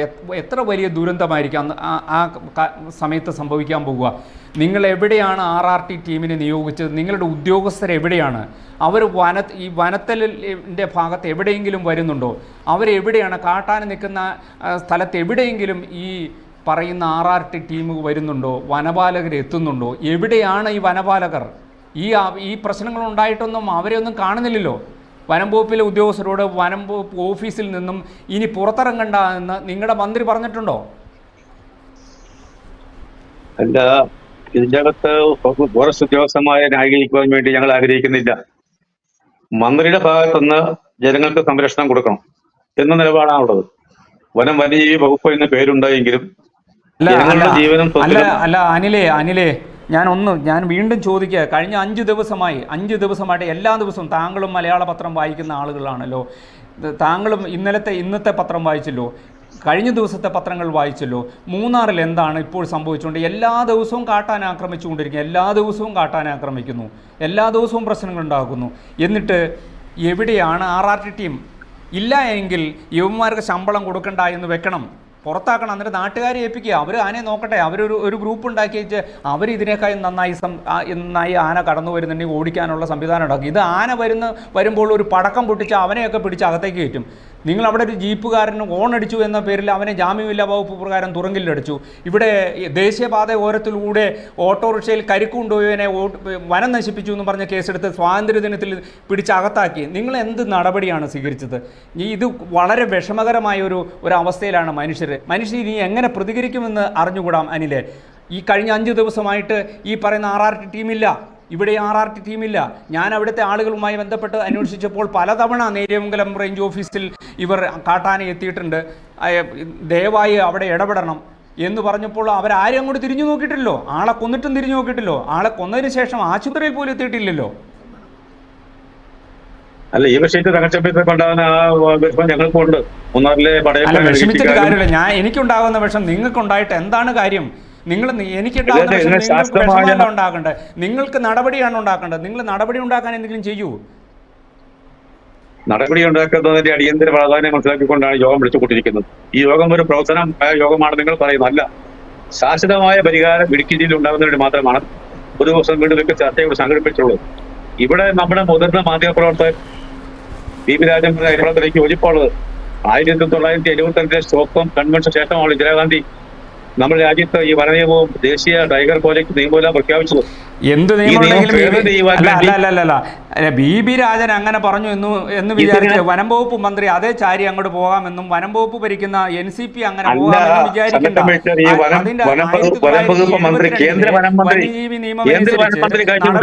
നിങ്ങൾക്ക് അവകാശം തന്നിട്ടുണ്ട് അനിൽ കൂവ്ളാക്കൻ, നിങ്ങളുടെ വകുപ്പിന് തന്നിട്ടുണ്ട്. ഇല്ലെങ്കിൽ വനം വകുപ്പ് CRPC എന്ന് പറഞ്ഞ ഒരു വകുപ്പുണ്ടല്ലോ, കളക്ടർക്ക് ഉത്തരവിടാമല്ലോ.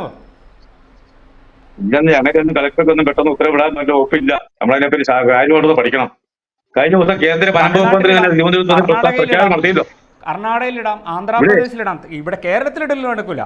നിയമം വേറെയാണ്. കേരളത്തിന് വേണ്ടി പ്രത്യേകം ഉണ്ടാക്കിയതല്ലേ. ഇപ്പൊ ലോക്സഭാ തെരഞ്ഞെടുപ്പ് ആളെടുത്തോരെല്ലാം വിളിച്ചപ്പാട് കേന്ദ്ര വനം മന്ത്രി കഴിഞ്ഞ ദിവസം മന്ത്രി ലോക്സഭാ തെരഞ്ഞെടുപ്പ് അടുത്തതുകൊണ്ടാണോ കാട്ടാന ഇറങ്ങിയത് കാഞ്ഞിരവേലിയിൽ?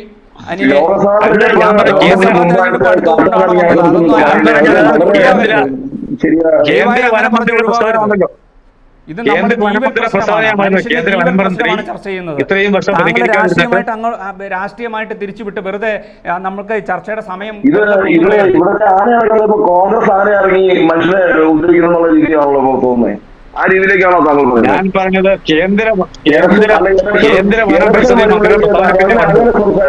ജനങ്ങൾക്ക് വേണ്ടി ജനങ്ങളുടെ പ്രശ്നങ്ങൾ തീർക്കുവാനായി മന്ത്രി ഇടപെടണം. മന്ത്രി ഇടപെട്ട് ആ മേഖലയിലെ പ്രശ്നങ്ങൾ പഠിച്ച് ഈ ഫോറസ്റ്റ് ഉദ്യോഗസ്ഥർ ഒരു ഫോറസ്റ്റുകാരനെ പോലും ഇന്ന് അവിടെ മേഖല കണ്ടിട്ടില്ല, ഒരാളെ പോലും. അവിടെ ആ കാര്യം ഗവൺമെന്റിനോട് ആവശ്യപ്പെടും.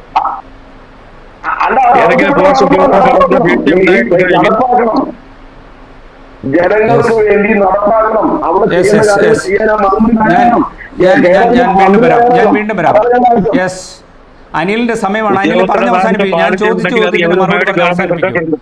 എനിക്ക് അടുത്ത അതിഥിയിലേക്ക് പോയിട്ട് സമയം തീർന്നിരിക്കുന്നു, അതുകൊണ്ടാണ് ഞാൻ ചോദിച്ചത്.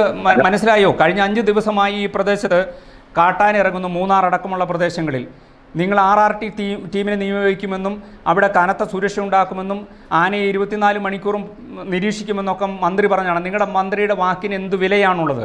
അങ്ങനെ വില കൽപ്പിക്കുന്ന ഉദ്യോഗസ്ഥർ മൂന്നാറിൽ ഉണ്ടെങ്കിൽ അങ്ങനെ ആ ആന എങ്ങനെയാണ് നാട്ടിലിറങ്ങി വാഹനങ്ങൾ തടയുന്നത്? അവിടെ ആൾ മരിച്ചില്ല, അതുകൊണ്ട് നിങ്ങൾക്ക് ആശ്വസിക്കാം. അതിനും മാത്രം ഒരു ഉത്തരം പറയൂ. സമയം തീർന്നു, അതുകൊണ്ടാണ്. രാഷ്ട്രീയം പിന്നെ പറയാം. അനിൽ കൂവ്ളാക്കനോടാണ് ചോദിച്ചത്. അനിൽ അല്ല, ഇതിന് സ്വാഭാവികമായിട്ടുള്ള നടപടിക്രമങ്ങളുടെ ഭാഗമായിട്ട് എന്തെങ്കിലും വീഴ്ച ആ മൂന്നാർ സംഭവത്തിന് ശേഷം ഉണ്ടായിട്ടുണ്ടായെങ്കിൽ അത് ഗവൺമെന്റ് ശ്രദ്ധപ്പെടുത്തും. അനിലെ അങ്ങ് മലയാള പത്രം ഒന്നും വായിക്കുന്നില്ലേ? പടയപ്പ എന്ന് പറയുന്ന തമിഴ്നാട് സർക്കാർ ബസ് ആക്രമിച്ചു, ഓട്ടോറിക്ഷ തകർത്തു. ഈ മണി എന്ന് പറയുന്ന ആളെ കൊന്നതിന് ശേഷമാണ് ഇത്. നിങ്ങളുടെ മന്ത്രി പ്രസ്താവിച്ചതിന് ശേഷമാണിത്. ഇത്തരം സംഭവങ്ങൾ വീണ്ടും വീണ്ടും വീണ്ടും ആവർത്തിച്ചത് ഈ കഴിഞ്ഞ ദിവസം മണി എന്ന് പറയുന്ന സുരേഷ് കുമാറിനെ കാട്ടാന കൊന്നതിന് ശേഷം നിങ്ങളുടെ മന്ത്രി പ്രസ്താവന ഇറക്കിയതിന് ശേഷം, നിങ്ങളുടെ മുഖ്യമന്ത്രി പ്രസ്താവന ഇറക്കിയതിന് ശേഷമാണ്. അല്ല, അതിനെ തുടർന്നാണ് ഇപ്പൊ അടിയന്തരമായിട്ട് ജാഗ്രതാ സമിതി രൂപീകരിക്കാൻ വേണ്ടി തീരുമാനിച്ചിട്ടുള്ളത്. പ്രാദേശിക തലത്തിലും ജില്ലാ തലത്തിലും താലൂക്ക് തലത്തിലും നോട്ടീസിൽ പറയുകയും അനിൽ കൂവ്ളാക്കൻ നിങ്ങളും നിങ്ങളുടെ മന്ത്രിയും ഈ ഓരോ പ്രാവശ്യം ആളെ കൊന്നു കഴിയുമ്പോൾ നിങ്ങളിങ്ങനെ പറയുകയാണ് ഞങ്ങൾ ജാഗ്രതാ സമിതി രൂപീകരിച്ചു. അത് പേപ്പറിൽ ഒതുങ്ങിയാൽ മതിയോ?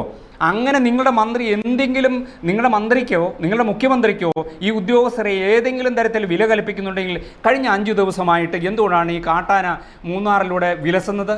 എത്ര വാഹനങ്ങൾ ആക്രമിച്ചു? എല്ലാ ദിവസവും വാഹനങ്ങൾ ഇന്നും ആക്രമിച്ചിട്ടുണ്ട്, ഇന്നലെ ആക്രമിച്ചിട്ടുണ്ട്, മിനിയാന്നും ആക്രമിച്ചിട്ടുണ്ട്. ഈ ഉദ്യോഗസ്ഥരെ എന്തിനാണ് നിങ്ങൾ വെച്ചുകൊണ്ടിരിക്കുന്നത്? ഞങ്ങൾ കൊടുക്കുന്ന, ഇവിടെ സാധാരണ പൗരന്മാർ കൊടുക്കുന്ന നികുതി പണം തന്നെയല്ലേ ഇവർക്ക് ശമ്പളം കൊടുക്കുന്നത്?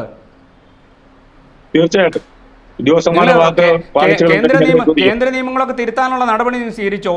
ഇവിടെ ഈ പറഞ്ഞ കാര്യങ്ങൾ നിങ്ങൾ കേവലമായിട്ട് നിങ്ങൾ പറഞ്ഞു പോയ പ്രഖ്യാപനങ്ങളൊന്നും നടപ്പാക്കാൻ എന്തെങ്കിലും നടപടിയുണ്ടോ? അല്ല, ഈ പ്രഖ്യാപനങ്ങൾ നടപ്പിലാക്കാൻ വേണ്ടി എന്തെങ്കിലും പാളിച്ച പറ്റിയിട്ടുണ്ടോ എന്ന് ഗവൺമെന്റ് പരിശോധിക്കാൻ വേണ്ട പ്രദേശം ബന്ധപ്പെട്ട പാർട്ടിക്കാരെന്ന നിലയിൽ ഞങ്ങൾ ശ്രദ്ധപ്പെടുത്തിയിട്ടുണ്ട്. 9-ാം തീയതി വിഷയമെല്ലാം ചർച്ചയ്ക്ക് വരുമല്ലോ.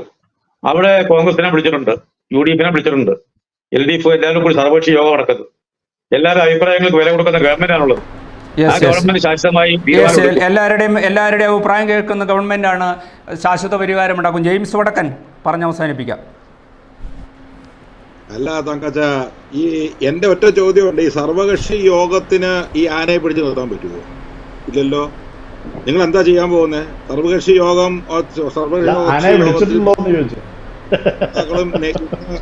ഈ പറയുന്ന സ്ഥലത്തില്ലായിരുന്നോ? നിങ്ങൾ ഓടും ആദ്യമേ, അതുകൊണ്ട് അതൊന്നും പറയണ്ട.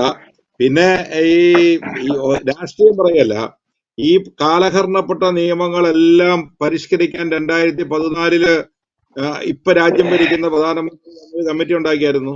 ആ കമ്മിറ്റി എതിർത്തത് ആരൊക്കെയാ? ഒരു കാര്യം നമ്മൾ മനസ്സിലാക്കണേ, ഇന്ന് നേര്യമംഗലത്ത് വേണമെങ്കിൽ പോലീസിന് ഇന്ന് മരിച്ചുപോയ അമ്മയുടെ ജഡം വെച്ച് സമരം ചെയ്യുന്നതിനകത്തുനിന്ന് വേണമെങ്കിൽ ആൾക്കാരെ മാറ്റി നിർത്താം. പക്ഷേ നമ്മൾ ജീവിക്കുന്നത് ഇന്ന് ഓൺലൈൻ മാധ്യമങ്ങളുടെ സ്ഥലത്താ. അതാത് സ്ഥലങ്ങളിൽ അതാത് സമയത്ത് റിപ്പോർട്ട് ചെയ്യുന്നുണ്ട്. ആരാണ് കുറ്റക്കാരൻ, ആരാണ് ഇതിന് ഉത്തരവാദി എന്നൊക്കെ ജനം മനസ്സിലാക്കി കഴിഞ്ഞു. അതിൽ യാതൊരു സംശയവും ഇല്ല. ഒറ്റ കാര്യം ഞാൻ ചോദിക്കട്ടെ, ആനക്കുളം എന്ന് പറയുന്ന സ്ഥലം എനിക്കറിയാം, കാരണം എന്റെ രണ്ടാമത്തെ സഹോദരിയെ കല്യാണം കഴിച്ച സ്ഥലമാണ് അത്. ഈ ആനക്കുളത്ത് എല്ലാ ദിവസവും 50ഉം 100ഉം ആന ഇറങ്ങി വരുന്നുണ്ടല്ലോ, അത് ഇങ്ങോട്ട് കയറുന്നുണ്ടോ? ഇല്ലല്ലോ. എന്ത് പറ്റി? അപ്പൊ സത്യത്തില് ഇതിനൊന്നും ജീവിക്കാനുള്ള സാധനങ്ങളൊന്നും വനത്തിലില്ല. പിന്നെ ഈ പറയുന്ന പണ്ടൊക്കെ ആണെങ്കിൽ വീരപ്പൻ ഉണ്ടായിരുന്നു ഒരു സംരക്ഷണമായിട്ട്, ഇപ്പൊ വീരപ്പനില്ല. ഇപ്പം വയനാട്ടിലാണെങ്കിൽ കുറിച്യാർ ജാതിക്കാരുണ്ടായിരുന്നു സംരക്ഷണത്തിന്, ഇപ്പൊ അവരും ഇല്ല. എനിക്ക് തോന്നുന്നത് ഈ വനംവകുപ്പിനെ മുഴുവൻ പിരിച്ചു വിട്ടേച്ച് ഈ ആദിവാസി മേഖലയില് ഇതൊക്കെ ചെയ്യാൻ കഴിവുള്ള കുറിച്യാർ വിഭാഗത്തിനെയൊക്കെ ഫോറസ്റ്റ് ജീവനക്കാരാക്കിയാൽ അവര് ആത്മാർത്ഥമായിട്ട് ജോലി ചെയ്യും, ആനയൊക്കെ വനത്തിനകത്തുന്നത്. പിന്നെ നമ്മുടെ ഈ NCP പ്രതിനിധി ഒരു കാര്യം ചോദിച്ചു, ഇതിന് നിയമം ഉണ്ടാക്കാൻ അവകാശമില്ലെന്ന്. ഞാൻ നിങ്ങളെ വെല്ലുവിളിക്കുക. കാരണം prevention of cruelty to animals എന്ന് പറയുന്ന കേന്ദ്ര നിയമത്തിന് സമാന്തരമായിട്ട് മഹാരാഷ്ട്രയും കർണാടകവും തമിഴ്നാടും ജല്ലിക്കെട്ട് നടത്താൻ നിയമം ഉണ്ടാക്കിയില്ലേ? അവിടെ ആണത്തുള്ള നിയമസഭാ പ്രതിനിധികളല്ലേ ഇരിക്കുന്നത്. നിങ്ങളുടെ മന്ത്രി എന്താ പറഞ്ഞത്? നിയമം അനുസരിച്ച് പ്രവർത്തിക്കേണ്ട ഒരു സഭയാണ് നിയമസഭ, അല്ല നിയമം ഉണ്ടാക്കേണ്ട സഭയാ. നിയമാനുസരണ സഭയെന്നല്ല നമ്മൾ വിളിക്കുന്നത്. കേരളത്തിലെ നിയമനിർമ്മാണ സഭയാ. നിയമനിർമ്മാണ സഭയിലെ അംഗങ്ങളായ മന്ത്രിമാരും ജനപ്രതിനിധികളും, ഞാനാ നിങ്ങളെ ആദ്യമേ വായിച്ചു കേൾപ്പിച്ചില്ലേ, ജനങ്ങളെ വിഡ്ഢികളാക്കുന്ന പ്രമേയം പാസ്സാക്കിയിട്ട് മറ്റേ ആനയെ കൊല്ലാൻ ആവശ്യപ്പെട്ടെന്ന് പറഞ്ഞിട്ട് കൊല്ലാൻ പറഞ്ഞ എന്തിനാ? കാട്ടുപന്നീനെ. ഇതാണോ ഈ രാഷ്ട്രീയം? ഒരു കാര്യം നിങ്ങൾ മനസ്സിലാക്കിക്കൊള്ളുക, ഈ തെരഞ്ഞെടുപ്പിന് മുമ്പ് ഈ പറയുന്ന കാർഷിക മേഖലയില് നിങ്ങൾ ഇതുവരെ ഇട്ട് വേട്ടയാടിയ മനുഷ്യരെല്ലാം പുറത്തേക്ക് ഇറങ്ങി വരും. മറ്റേ വയനാട്ടിലെ കൊച്ചി ചോദിച്ചില്ലേ, നിങ്ങൾക്ക് വോട്ട് ചെയ്യുന്ന കാട്ടുമൃഗങ്ങളാണോ എന്നുള്ളത്? അത് മനസ്സിൽ വെച്ചോ. വോട്ട് ചെയ്യുന്ന കാട്ടുമൃഗങ്ങളല്ല, മനുഷ്യരാ. പിന്നെ അത് UDF ആണോ LDF ആണോ BJP ആണോ ഇതിനകത്ത് പോക്കറ്റം കാണിച്ചത് എന്നുള്ളത് വസ്തുനിഷ്ഠമായ കാര്യങ്ങളുടെ വിലയിരുത്തലിന്റെ അടിസ്ഥാനത്തില് ജനങ്ങൾ ഇപ്രാവശ്യം വോട്ട് ചെയ്യും, ഒരു സംശയം വേണ്ട. വയനാടിലും ഇടുക്കിയിലും ഈ ഭൂപ്രശ്നങ്ങളും ഈ വന്യജീവി ആക്രമണവും ആയിരിക്കും നിങ്ങളെ കൊല്ലാൻ പോകുന്നത്. ഞാൻ രാഷ്ട്രീയ പാർട്ടിയെ പറ്റി ഒന്നും പറയുന്നില്ല. അവർ വോട്ട് ചെയ്യും. എന്തിനാ വോട്ട് ചെയ്യുന്നറിയാവോ? ഈ പറയുന്ന ഒരു പ്രതികരണവും ഇല്ലാതെ ആളുകൾ കൊന്നൊടുക്കുമ്പം മരിച്ചു കഴിയുമ്പോൾ അതിന്റെ പുറത്ത് പോയി റീത്ത് വെക്കുന്ന ഈ ഒരു സംസ്കാരത്തിനെതിരെ ഇപ്രാവശ്യം ജനങ്ങൾ പ്രതികരിക്കും. 100% കാത്തിരുന്ന് കാണാൻ നമുക്ക്. വി രാജൻ പറഞ്ഞ് അവസാനിപ്പിക്കാം. എന്നോടാണോ തങ്കച്ചൻപേറ്റർ? അതെ പറഞ്ഞോളൂ. തങ്കച്ചൻപേറ്റർ, ഒന്ന് ഈ wild life management, forest management, നമ്മുടെ എൻവിയോൺമെന്റൽ മാനേജ്മെന്റ്, ഈ 3 കാര്യങ്ങൾ സംബന്ധിച്ചും ഇന്നുള്ള മുഴുവൻ സംവിധാനങ്ങളും ഫെയിലിയറാണ്. ഇത് 70കളിൽ ഉണ്ടാക്കിയ നിയമങ്ങളുടെ അടിസ്ഥാനത്തിൽ ഉണ്ടാക്കിയിട്ടുള്ള സിസ്റ്റമാണ്. അത് ഒരു നിയമം ഉണ്ടാക്കിയാൽ ആ നിയമത്തെ കണക്ട് ചെയ്തൊരു കാര്യം കൊണ്ടുവന്നിട്ട് അന്താരാഷ്ട്ര കരാറുകളുടെ നൂലാമാലകളിൽ ഈ രാജ്യത്തിന് അങ്ങോട്ടും ഇങ്ങോട്ടും തിരിയാൻ പറ്റാത്ത സ്ഥിതിവിശേഷം ഉണ്ടായിരിക്കുക. അതിന്റെ ഭാഗമാണ് ഈ പറയുന്ന പ്രശ്നങ്ങൾ. ഇതെന്താ ഇങ്ങനെയെന്ന് നമ്മൾ ചോദിക്കുക. മനുഷ്യനെ കൊന്നാൽ കുഴപ്പമില്ല, അപ്പൊ ആനക്കെട്ടൊരു കല്ലെറിഞ്ഞു കഴിഞ്ഞാൽ അപ്പൊ അവനെ എടുത്തുകൊണ്ട് പോവുകയാണ്, ചവിട്ടി തെച്ചാൽ കുഴപ്പമില്ല. ഇതെല്ലാം ഉണ്ടാകും. ഇതെല്ലാം വിചിത്രവും അതുപോലെ തന്നെ കുഴപ്പം പിടിച്ച ഒരുതരം ഭ്രാന്ത് പിടിച്ച രീതിയാണ് ഈ കാര്യങ്ങളിലുള്ളത്. ഇതിനെല്ലാം പിന്നിലുള്ളത് നമ്മുടെ രാജ്യത്തിന്റെ വിഭവങ്ങളെ, നമ്മുടെ ബയോഡൈവേഴ്സിറ്റിയെ, ജൈവ വൈവിധ്യത്തെ, നമ്മുടെ വനത്തെ, നമ്മുടെ വന്യജീവി സമ്പത്തിനെ അന്താരാഷ്ട്ര സമൂഹത്തിന്റെ താല്പര്യപ്രകാരം ചാലിക്കുന്നു. അവർ കൊടുക്കുന്ന നക്കാപ്പിച്ച വാങ്ങിച്ചുകൊണ്ട് തിന്നുകൊണ്ട് കുറെ ഉദ്യോഗസ്ഥന്മാർ ഇവിടെ ഭരണം നടത്തുന്നു. അതിന് മേളില് ശശീന്ദ്രൻ വന്നാലും ആര് വന്നാലും അവിടെ ഇരുന്നുകൊണ്ട് ഇവന്മാർക്ക് ഓശാന പാടുന്നതിനപ്പുറം ഒരു പുല്ലും ചെയ്യാൻ പറ്റില്ല എന്നുള്ളത് കൊണ്ട് ഈ തെരഞ്ഞെടുപ്പ് രാജ്യത്തിന്റെ പാർലമെന്റിലേക്കുള്ള തെരഞ്ഞെടുപ്പ്. ഇത്തരം പ്രശ്നങ്ങളിൽ അമെന്റ്മെന്റുകൾ കൊണ്ടുവരുമോ, അന്താരാഷ്ട്ര കരാറുകളിൽ നിന്ന് ഇന്ത്യ പിന്മാറുന്നില്ല എങ്കിൽ ഇന്ത്യ എന്ന് പറയുന്ന രാജ്യം സാമ്പത്തികമായി ഒരിടത്തോട്ടും പോകാൻ പോകുന്നില്ല. കേന്ദ്ര വന സംരക്ഷണ നിയമം ഭേദഗതി ചെയ്തത് ഇന്ത്യയുടെ സാമ്പത്തിക പുരോഗതിയുടെ ഭാഗമായിട്ടുള്ള കാഴ്ചപ്പാടുകളുടെ പേരിലാണ്. വന്യജീവി സംരക്ഷണ നിയമവും പരിസ്ഥിതി നിയമങ്ങളും ലോകത്തിലെ ഇന്ത്യയുടെ ആവശ്യത്തിന് വേണ്ടി ഭേദഗതി ചെയ്യണം. അത് സംബന്ധിച്ച് ആർക്കാ നിലപാടുള്ളതെന്ന് ചോദിക്കേണ്ട സമയമാണ്. ഇവിടെ ആന ഇനിയും ചവിട്ടും, കൊല്ലും, ഇഷ്ടം പോലെ ആളുകളെ കൊല്ലും. പന്നി നാട്ടിലിറങ്ങി മേയും. അവിടെ ആ പന്നിയെ ഞങ്ങൾ കോൺഫറൻസ് വിളിച്ചിട്ട് ഞങ്ങൾ ആലോചിക്കും. പന്നി നമ്മുടെ ദേശീയ മൃഗമാണല്ലോ, അപ്പൊ അവരെ വിളിച്ചിട്ട് നമ്മൾ കോൺഫറൻസിൽ അത് തീരുമാനിക്കും എന്നൊക്കെ പറയുന്ന ഇതൊക്കെ ഒന്നാം തരം കോമഡി നാടകമാണ് ഈ രാഷ്ട്രീയ നേതൃത്വം ഇവിടെ പറയുന്നത്. ഇതെല്ലാം ഈ രാജ്യത്തെ മുഴുവൻ കെട്ടി വരിഞ്ഞിട്ടിരിക്കുകയാണ് ഇത്തരം നിയമങ്ങളിൽ. പുല്ലുപോലെ എടുത്ത് ദൂരേക്ക് എറിഞ്ഞാൽ പോകാനുള്ള കാര്യമുള്ളൂ. ആ കാര്യങ്ങളാണ് രാഷ്ട്രീയമാണ് നിങ്ങൾ പറയുന്നതെങ്കിൽ, കോൺഗ്രസ് പറയുന്നതും NCP പറയുന്നതും ഇനി വേറെ ഏതെങ്കിലും പാർട്ടി പറയുന്നതെങ്കിൽ അതാണ് പറയുന്നത്. ഇല്ലെങ്കിൽ പിന്നെ ഈ മൃഗങ്ങൾ ഇതുപോലുള്ള കാര്യങ്ങൾ സംബന്ധിച്ച് ഒരു മൃഗത്തിനെയും കൊല്ലേണ്ട കാര്യമൊന്നുമില്ല. മൃഗങ്ങളെ കൊന്നോളൂ. യെസ്, പ്രൈം ടൈം ഡിബേറ്റ് പരിശോധിച്ചത് ഇന്ദിരയെ കൊന്നത് കാട്ടാനയോ അതോ സർക്കാരോ എന്ന വിഷയമാണ്. ചർച്ചയിൽ പങ്കെടുത്തത് അനിൽ കൂപ്ലാക്കൻ, NCP സംസ്ഥാന സെക്രട്ടറി, അൻസാരി ബ്ലോക്ക് പഞ്ചായത്ത് അംഗം, അടിമാലി BB രാജൻ മാധ്യമപ്രവർത്തകൻ, ജെയിംസ് വടക്കൻ പൊതുപ്രവർത്തകൻ എന്നിവരാണ് ചർച്ചയിൽ പങ്കെടുത്തത്. എല്ലാ പ്രേക്ഷകർക്കും അതിഥികൾക്കും വളരെയധികം നന്ദി. നാളെ മറ്റൊരു വിഷയമായി കാണും വരെ നമസ്കാരം.